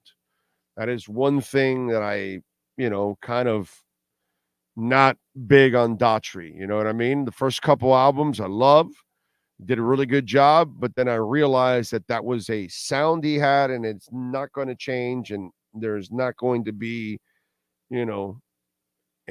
other influences in there. And so I think after like the third or fourth album, I kind of stopped following him. So I'm kind of more into his early stuff. That sounds great. And then I think it kind of, ran its course is the way I'm gonna call it. Let's see. Don't save your money for Vegas. Use it for Bitcoin. Then you'll thank us crypto bros. Well, I already did that. I already loaded up on my Bitcoin and my Ethereum and my Cosmos and my Polygon. I've been loading up Green Lion for almost 3 years now. So it's been accumulation period for me for a long time. So I am more than ready now to go. I am waiting patiently with my bags. And now as I've told you guys for a while, right? As we were talking about this in 2022 and 2023, I told you guys this is all about 24 and 25. Over and over and over again, I told you guys it's about 24 and 25. I also told you guys that in September or October, things would start to pick up. And that's exactly what has happened. September, we were up, I forgot how much percentage in the crypto market and Bitcoin, but it was a green month. And then obviously, Rocktober has been awesome. So we'll see if we also get a big November. But I figured that this last quarter would be strong because I'm sure we'll get the Christmas pump too. And then the next year comes, and that's when it starts to really get jacked up. All these ETFs and everything being approved, it's just going to go through the roof. So Green Lion, I've been preparing for this, but with the mindset of knowing that it's about 24 and 25. And then we kind of have to get off the bandwagon at some point late in 25 into 26. You better do your selling, take your profits, and get the hell out. Ragin says, Daughtry is okay. I like a few songs, but everything sounds the same. Yeah, exactly. That's my problem. It's my problem. I love the early stuff, and then that's it. Everything else sounds exactly like the early stuff. Big O, after not playing 1 minute of the preseason B-ball, Jimmy needs a rest day. And no, yesterday, he didn't try at all, dude. He did not try at all yesterday. Okay? That first half was a joke. Fourth quarter, they started playing. He took 11 shots yesterday. So game 3, he rested. And game 4, he didn't even try. It's a joke. Go listen to the beginning of the show. And I talked about it. You must have missed it. But I got heavily into it. Should be. I'm sure it'll end up as some kind of rant there for Sean. Big O, I just tuned in. I hope the missus is doing better. Yeah, she's doing great. She's even at work today. Man, I keep having this vision for some reason, seeing Tua lifting up the Lombardi trophy. It's going to happen. It's going to happen. That's going to happen. That I'm convinced that the Dolphins, it's like I've told you guys, and Poop fell for the same bullshit. Because he doesn't like, obviously, that I'm really positive about the Dolphins right now, and so it's like, oh, well, you're a homer. What was I the last 20 years? A hater because they weren't winning and I was saying that they were bad because I wasn't doing any of this the last 20 years, so I'm with you. I am dead sold on Chris Greer, on Tua, on Mike McDaniel. They're not all perfect, but they're the best we've ever had since Shula. And they're headed in the right direction finally. I am just like I can be convinced that Joe Philbin was never going to be anything, or that Flo ain't shit, or the Gase, or Cam Cameron, or Ryan Tannehill, or whatever that's gone on for the last 20-something years. Just like I can be convinced of that they're not good and not going anywhere, it's the reverse here. So I have the same visions you do. Tua will lift a Lombardi trophy here. Chris Greer will build the kind of team that can win a championship.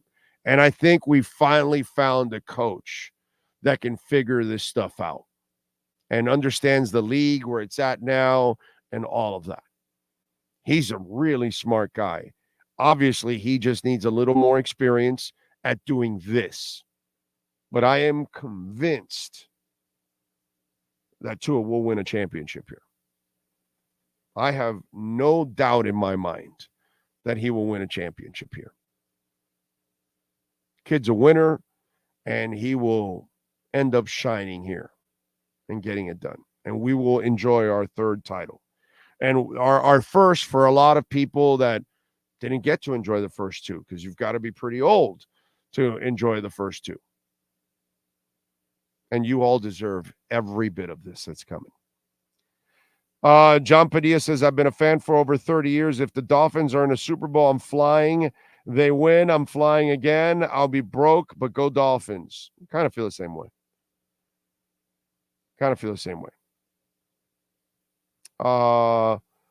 Let's see. Poop has a huge ego. You can tell, even with Omar, he doesn't like admitting when he's wrong. Well, I don't know, but it's just he does that stuff with. He used to do it with me, and it's like, then he says the crazy shit like, oh well, Teddy Bridgewater can do it. No, you can't, bro. That's just crazy shit. That makes no sense whatsoever. I remember once where Tua threw a pass that I was bragging about because there were two spots two windows, and he chose the second window, which was between four guys. I remember this like it was yesterday, and I showed the play to Poop, right? No big deal. And I'm like, I lose it on him. Like, what do you mean it's not a big deal? Most people can't do this, and he's, whatever with his, Teddy Bridgewater can do it, all that kind of crap. And then the next day I'm watching Kurt Warner, who might know a little bit more about quarterbacking than me and Poop combined. He's freaking out about the decision Tua made by bypassing the first window and hitting the second window and putting it in between the four guys. So it's Kurt Warner, Brad. Then the next time I have Poop on, you remember that, Sean? I played him the Kurt Warner bite. Kurt Warner bragging about it. He's like, not a big deal. So you probably are right there about Poop, because it's like, okay, so Kurt Warner's telling you that it's a special throw, but you still think it's not. That's why you think that Teddy Bridgewater can do what Tua does, which is like, that's as moronic as it gets, pretty much. And it's just not a Poop thing. It's other people that think you can just put another guy in there and he's just going to do the same thing, which is they don't have the vision and the accuracy like that, So what are you going to do? Big O, what happened to Jimmy last night? Brother, watch the beginning of the show. I explained it all, and it's a joke. Why was Elizabeth Warren attacking? Well, Elizabeth Warren is just a useless human being. And I use human being loosely with her. She is evil as it gets. She's stupid and evil. And remember, this is a woman that's worth like $66 million and only makes $200,000 a year. Okay? You do the math. Her influences, right, are in the banking industry. And so that's your problem with Yellen, Powell, Warren, and Biden. Okay? They are all collectively working together, and Gensler, against us. All right? They're protecting banks because they know that banking is over. And I've been telling you for 2 years that banks would disappear. What's been happening? Banks are disappearing. I told you branches are going to disappear. I told you that decentralized financing will take out the middleman, which is the bank. And because our dollar is so weak, because our dollar eventually will implode, just like every other dollar in the world will implode, because it all depends on negative financing. Okay? When you're debt-driven finance, that does not work. And Warren knows that. She knows what kind of trouble we're in. And she doesn't want Americans to use Bitcoin as a flight to freedom because she knows it is. And she knows that the dollar is failing Americans because she has failed Americans like all the other Democrats and Republicans that have been in office. So that's why Elizabeth Warren attacks it, because she's an idiot and she's evil. She is as useless as what you leave in the toilet every single day. Okay? Like most of the people that are been voted in office in the Republican or Democratic sectors. Most of them don't know what they're doing. They're not helping us. They're hurting us. And they only care about their own self-interests. And all you have to do is look at that big-ass thing that they passed, the plan that Biden passed. The Republicans had them by the, you know what? They could have stopped it. And instead, they just made a big stink about it so they can get their slice of the pie, and then they passed it. And now they complain that they don't have this or that for the, when, if you wanted all the stuff for the border, that's when you had to get it. Not now after everything's passed. So now you want to hold everything up, and now you want to set everybody back, which again is just evil shit because you guys are incompetent, both on the Republican and on the Democratic side. But the worst part that happens, Green Lion, is that we have Democrats and we have Republicans. That's the worst thing that we have. We don't have Americans. We have people that want to choose sides and fight. And then all you do is the Democrats and the Republicans know this, so they know how to feed the bullshit into your brain since you've chosen a side, and then they just feed you that and they keep you divided. And you guys want to keep staying divided and go ahead. And you think Democrats are the problems or you think Republicans are the problem. And what you don't realize is they're both the problem. That's all. Bush Jr. was brutal to our deficit. Obama was twice as worse. Trump was 3 times as worse. Biden will probably be 4 times as worse. It's just going to get worse and worse and worse. It doesn't matter what side they come from. The worst part about it is the Republicans or the Democrats that think their side has got it right. That's what I laugh at. That's what I destroy every time. Anytime I get a Republican or a Democrat that tries to defend their shit, brother, I slice them up, and I slice them up good. I slice them up and I make them this small. And then I corner them in a place where they can't go anywhere. And I do it all the time to friends of mine or acquaintances or anything. If you want to get political with me, let's go. Bring it, bro. Bring it. I love to fucking crush you. I love it. I enjoy every moment of it. Biden, Trump, Republicans, Democrat. I love it. I have so much ammunition to show you why you have no idea what you're talking about and why you think Democrats are good or Republicans, and I will embarrass you when I'm done with you. I do it all the time, and I love it, and I don't care how pissed they get. I enjoy the shit out of it. I seriously enjoy it because I'm an American. I don't care about these stupid ass culture wars that they got us stuck in. And that's how they keep you busy. They keep you busy with the culture wars. Meanwhile, they're destroying our finances. So Just keep falling for it, man. That's all just keep falling for it. That's all it is. Chef Jew, what's good? OG, Big O, and everyone. How y'all doing this afternoon? Check your pulse. Fins up. Hope the wife is doing better. She's doing great. Thank you.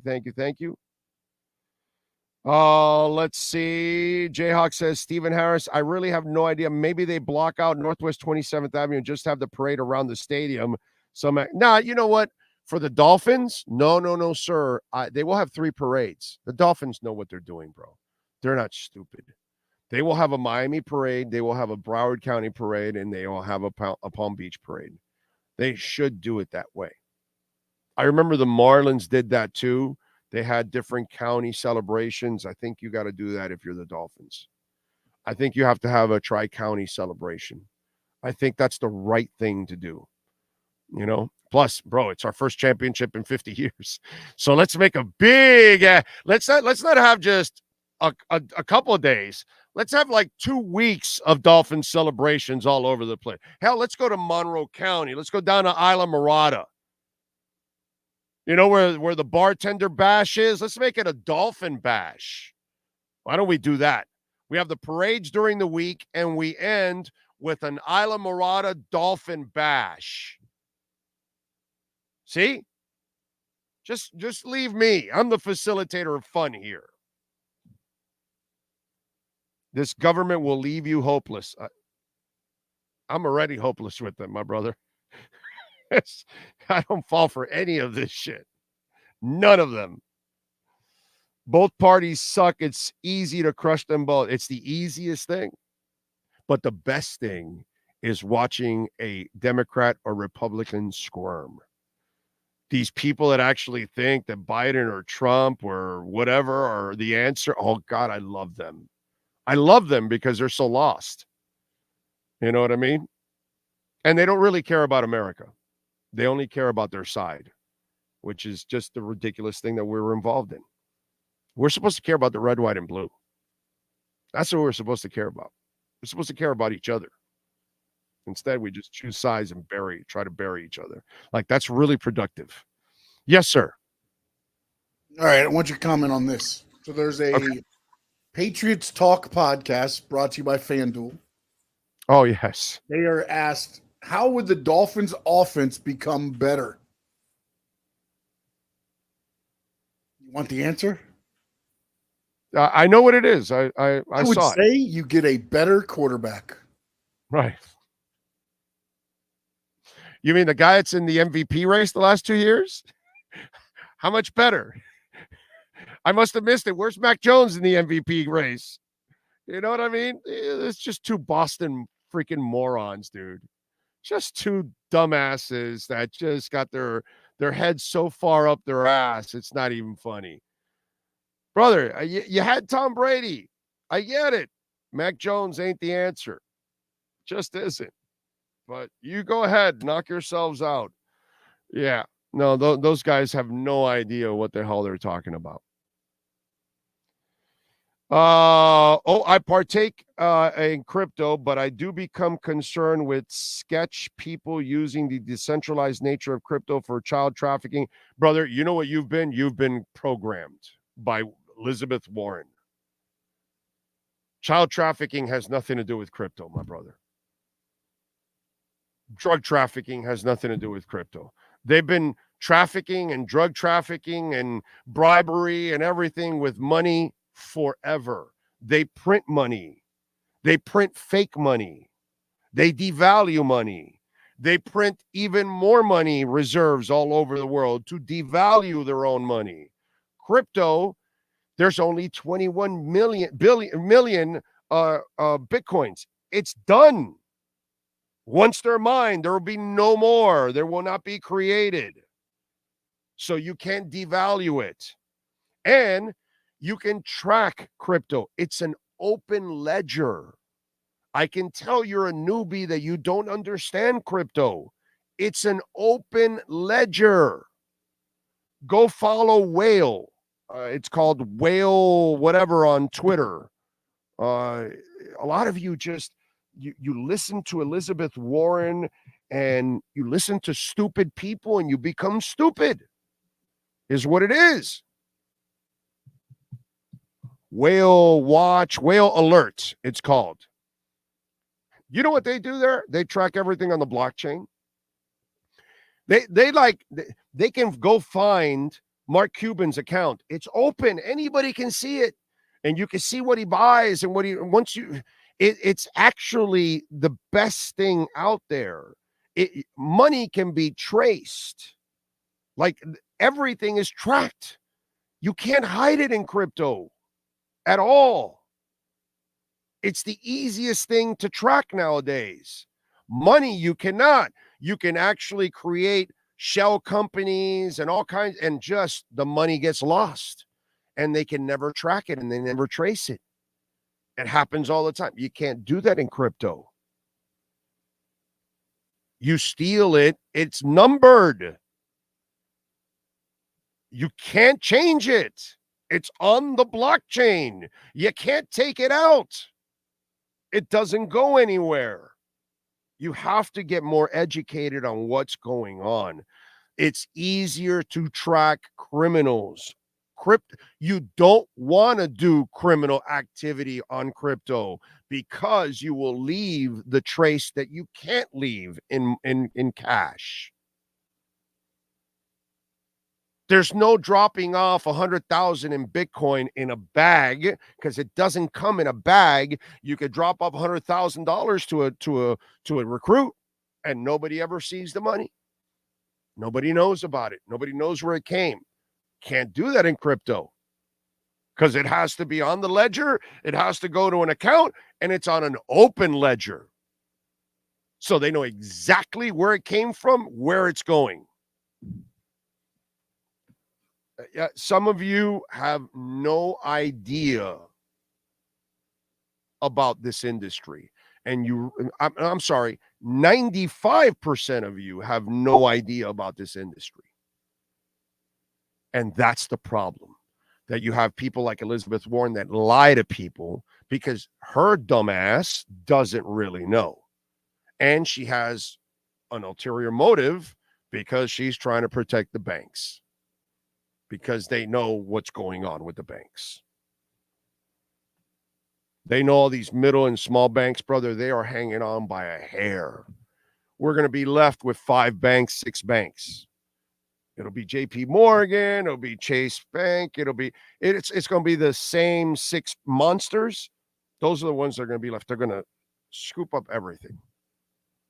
For a couple of years, I've been telling you and predicting all of this. And it's already coming to fruition. The banks disappearing, like I told you over 2 years ago. As I told you that crypto will take over, that it will become something that's a part of your life. It is coming. Now you're watching what 2 years ago that I was saying, BlackRock, all these people were poo-pooing it all. And now they're all embracing it. And all over the world, all right? They're coming up with regulations for it because they know they cannot stop it. They know their dollars and their banks, doesn't matter if you're in Germany or if you're in England or if you're in Brazil or Argentina or the United States or Mexico, your dollar's going to go to shit. No matter what. All of them are going to go down because of the way you run it. It's the same system the English gave us. And so you cannot run a deficit-built system. There is no way. Once Nixon took us off gold, we killed our dollar. And it just took, 50 years to where it's got. But in the next 10, something's going to happen, and it's going to be bad, really bad. Might happen in a year, might happen in 5. I'm not smart enough to know when they're going to be able to stop hiding the smoke and mirrors with everything that's going on. So I'm just telling you, man, you guys can do whatever you want. I've warned you over and over again, and you'll see in the next year or two, all the stuff that I talked about, it's already coming to fruition with the Bitcoin stuff. You'll see. That's why I always said, only praise the Lord. Jesus Christ is King. Orlando, I kept your wife in my prayers. Hope she has a speedy recovery. She is. And thank you, sir. That is very nice of you. Big O, the most outrageous thing happened this morning. I'm watching ESPN Get Up when they asked who is the best AFC team. 5 hosts never mentioned the Dolphins. Beat Kansas City. Got to start beating those kind of teams, and you'll get that kind of respect. And they need it for themselves, too. I'm picking the Dolphins again this week. I think they're getting closer and closer. What is the best crypto to buy? I was on Robinhood, but I didn't know which one.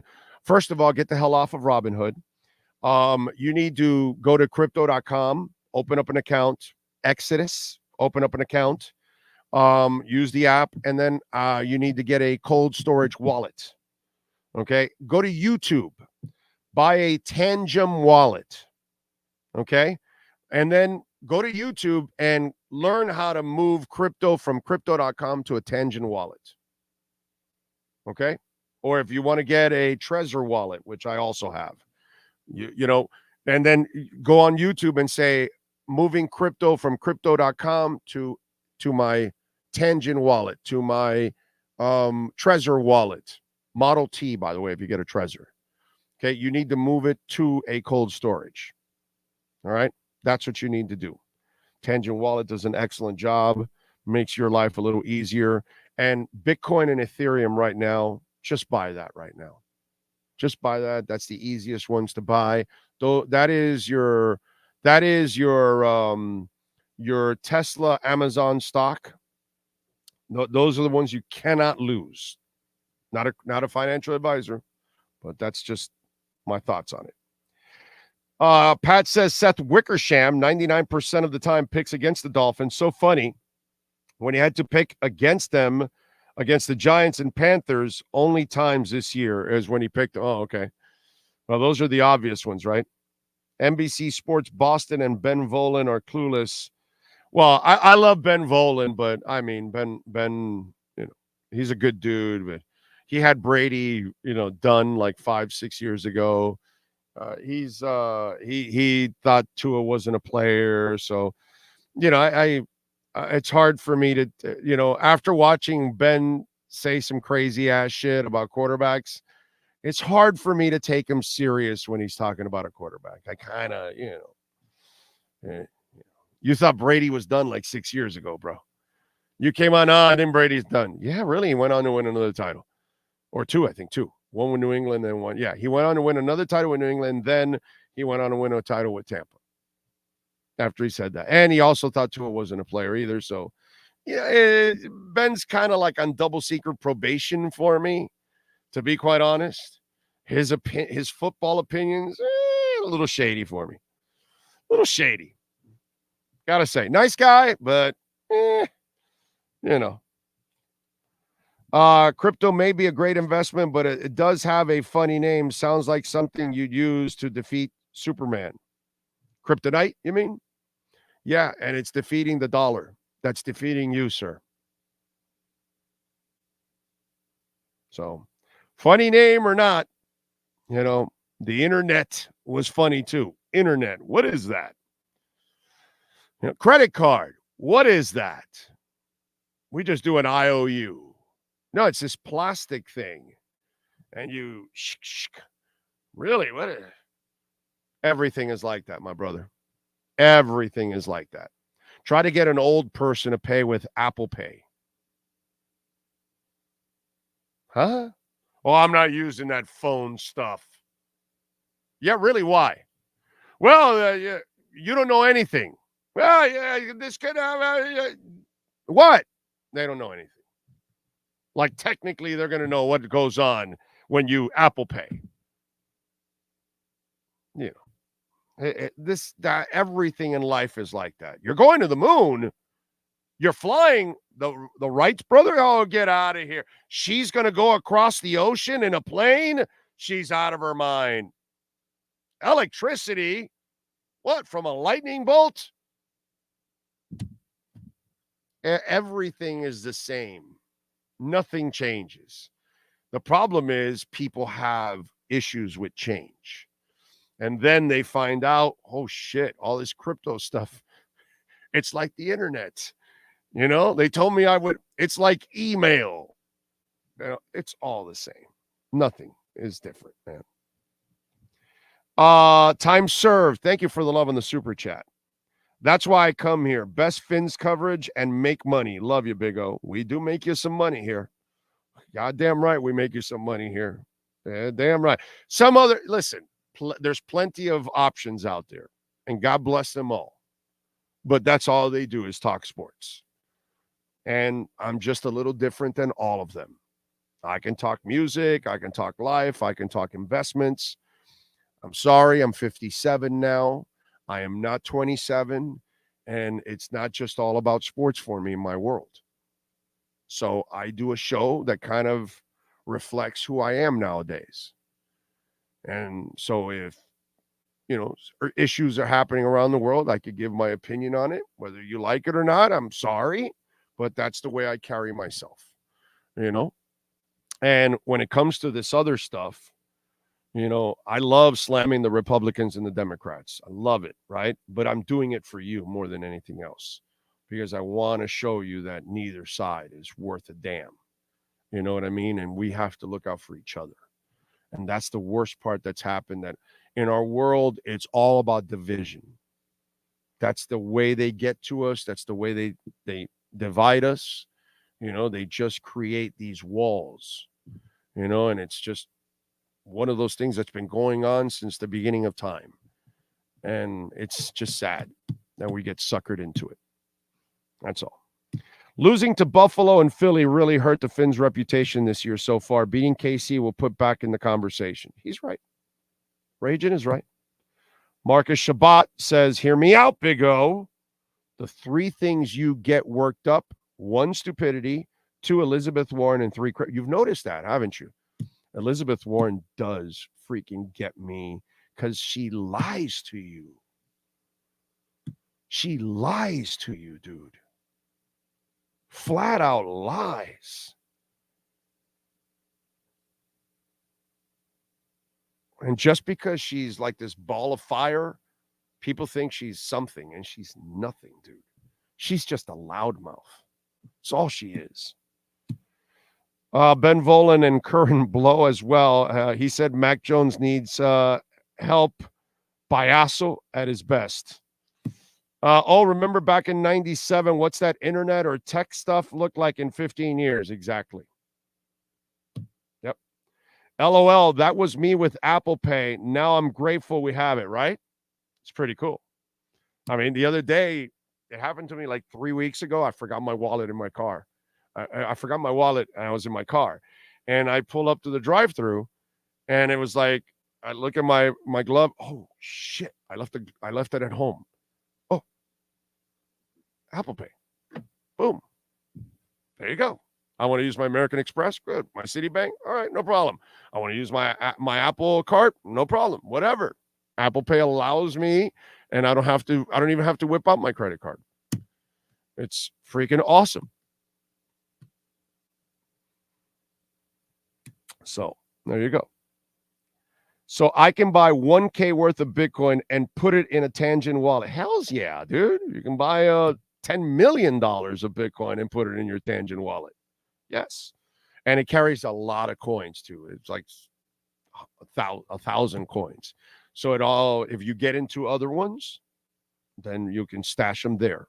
I can't tell you they have all, because like I have HBAR, I can't put that one there. I have that one in my Exodus. I don't have it in my Tangent. It's just awesome having this platform here so we can talk about real shit going on and not have to worry about being blocked. Yeah. What's the Venmo? Cash Big O Show. Cash Big O Show, Cash App, or Venmo. And Green Lion, you can send me a little you can send me a little Bitcoin if you want to make a little donation. That's my favorite kind of donation. Okay? Little Bitcoin action. Since the times of the ancient Israel, we've been looking for a king. They all turned corrupt. We never learned our lesson. Yeah. Yeah, they all do, man. That is the sad part, right? Isn't it kind of twisted? It is. All right, folks. I am out of here. Man, we've done over 3 hours today. 3 hours and 20 minutes, man. It's crazy. Anytime I instantly dislike a new tech, I stop and dig deep into finding out more about it. Saves me from being an old curmudgeon shaking his fist at the clouds. Exactly. Exactly. And this is the stuff that's going to change our lives. It's going to change our lives and change our lives for the better. That's the thing, you know? What's your opinion on the West, like Russia, China, etc., uniting for a universal currency? Well, that's because they see, dude, because everyone's dollar is crumbling and they know it. And they know even our dollar is crumbling. Even though our dollar is the strongest one of them all, they know how bad it is. These people aren't stupid. So that's why they're doing that. And then they're going to try to trade within each other, and they're going to try to trade within value and all that kind of stuff. It's just, the world is changing, and it's happening now. And as we move forward, you guys, all this stuff that I'm talking about, you're going to see in the next 5 to 10 years how everything is going to change the way we go about our lives. And you're going to freak out because it's completely different the way you do things now, you know? So anyway, we thank Cameron Wolf, Anthony Chang, Safid Dean, Manny Navarro. We switched it to Thursday. He's going to join us, and so will Ira Winderman. All right, he's traveling, so did not get Ira yesterday. I was at the hospital, so I did not want to do the Ira stuff yesterday. So that's why we kind of moved things around a little bit. So we'll have them later on in the week. We will see you tomorrow morning. We thank Sean Stanley as always. We'll see you tomorrow. Same time, same place, same bat channel.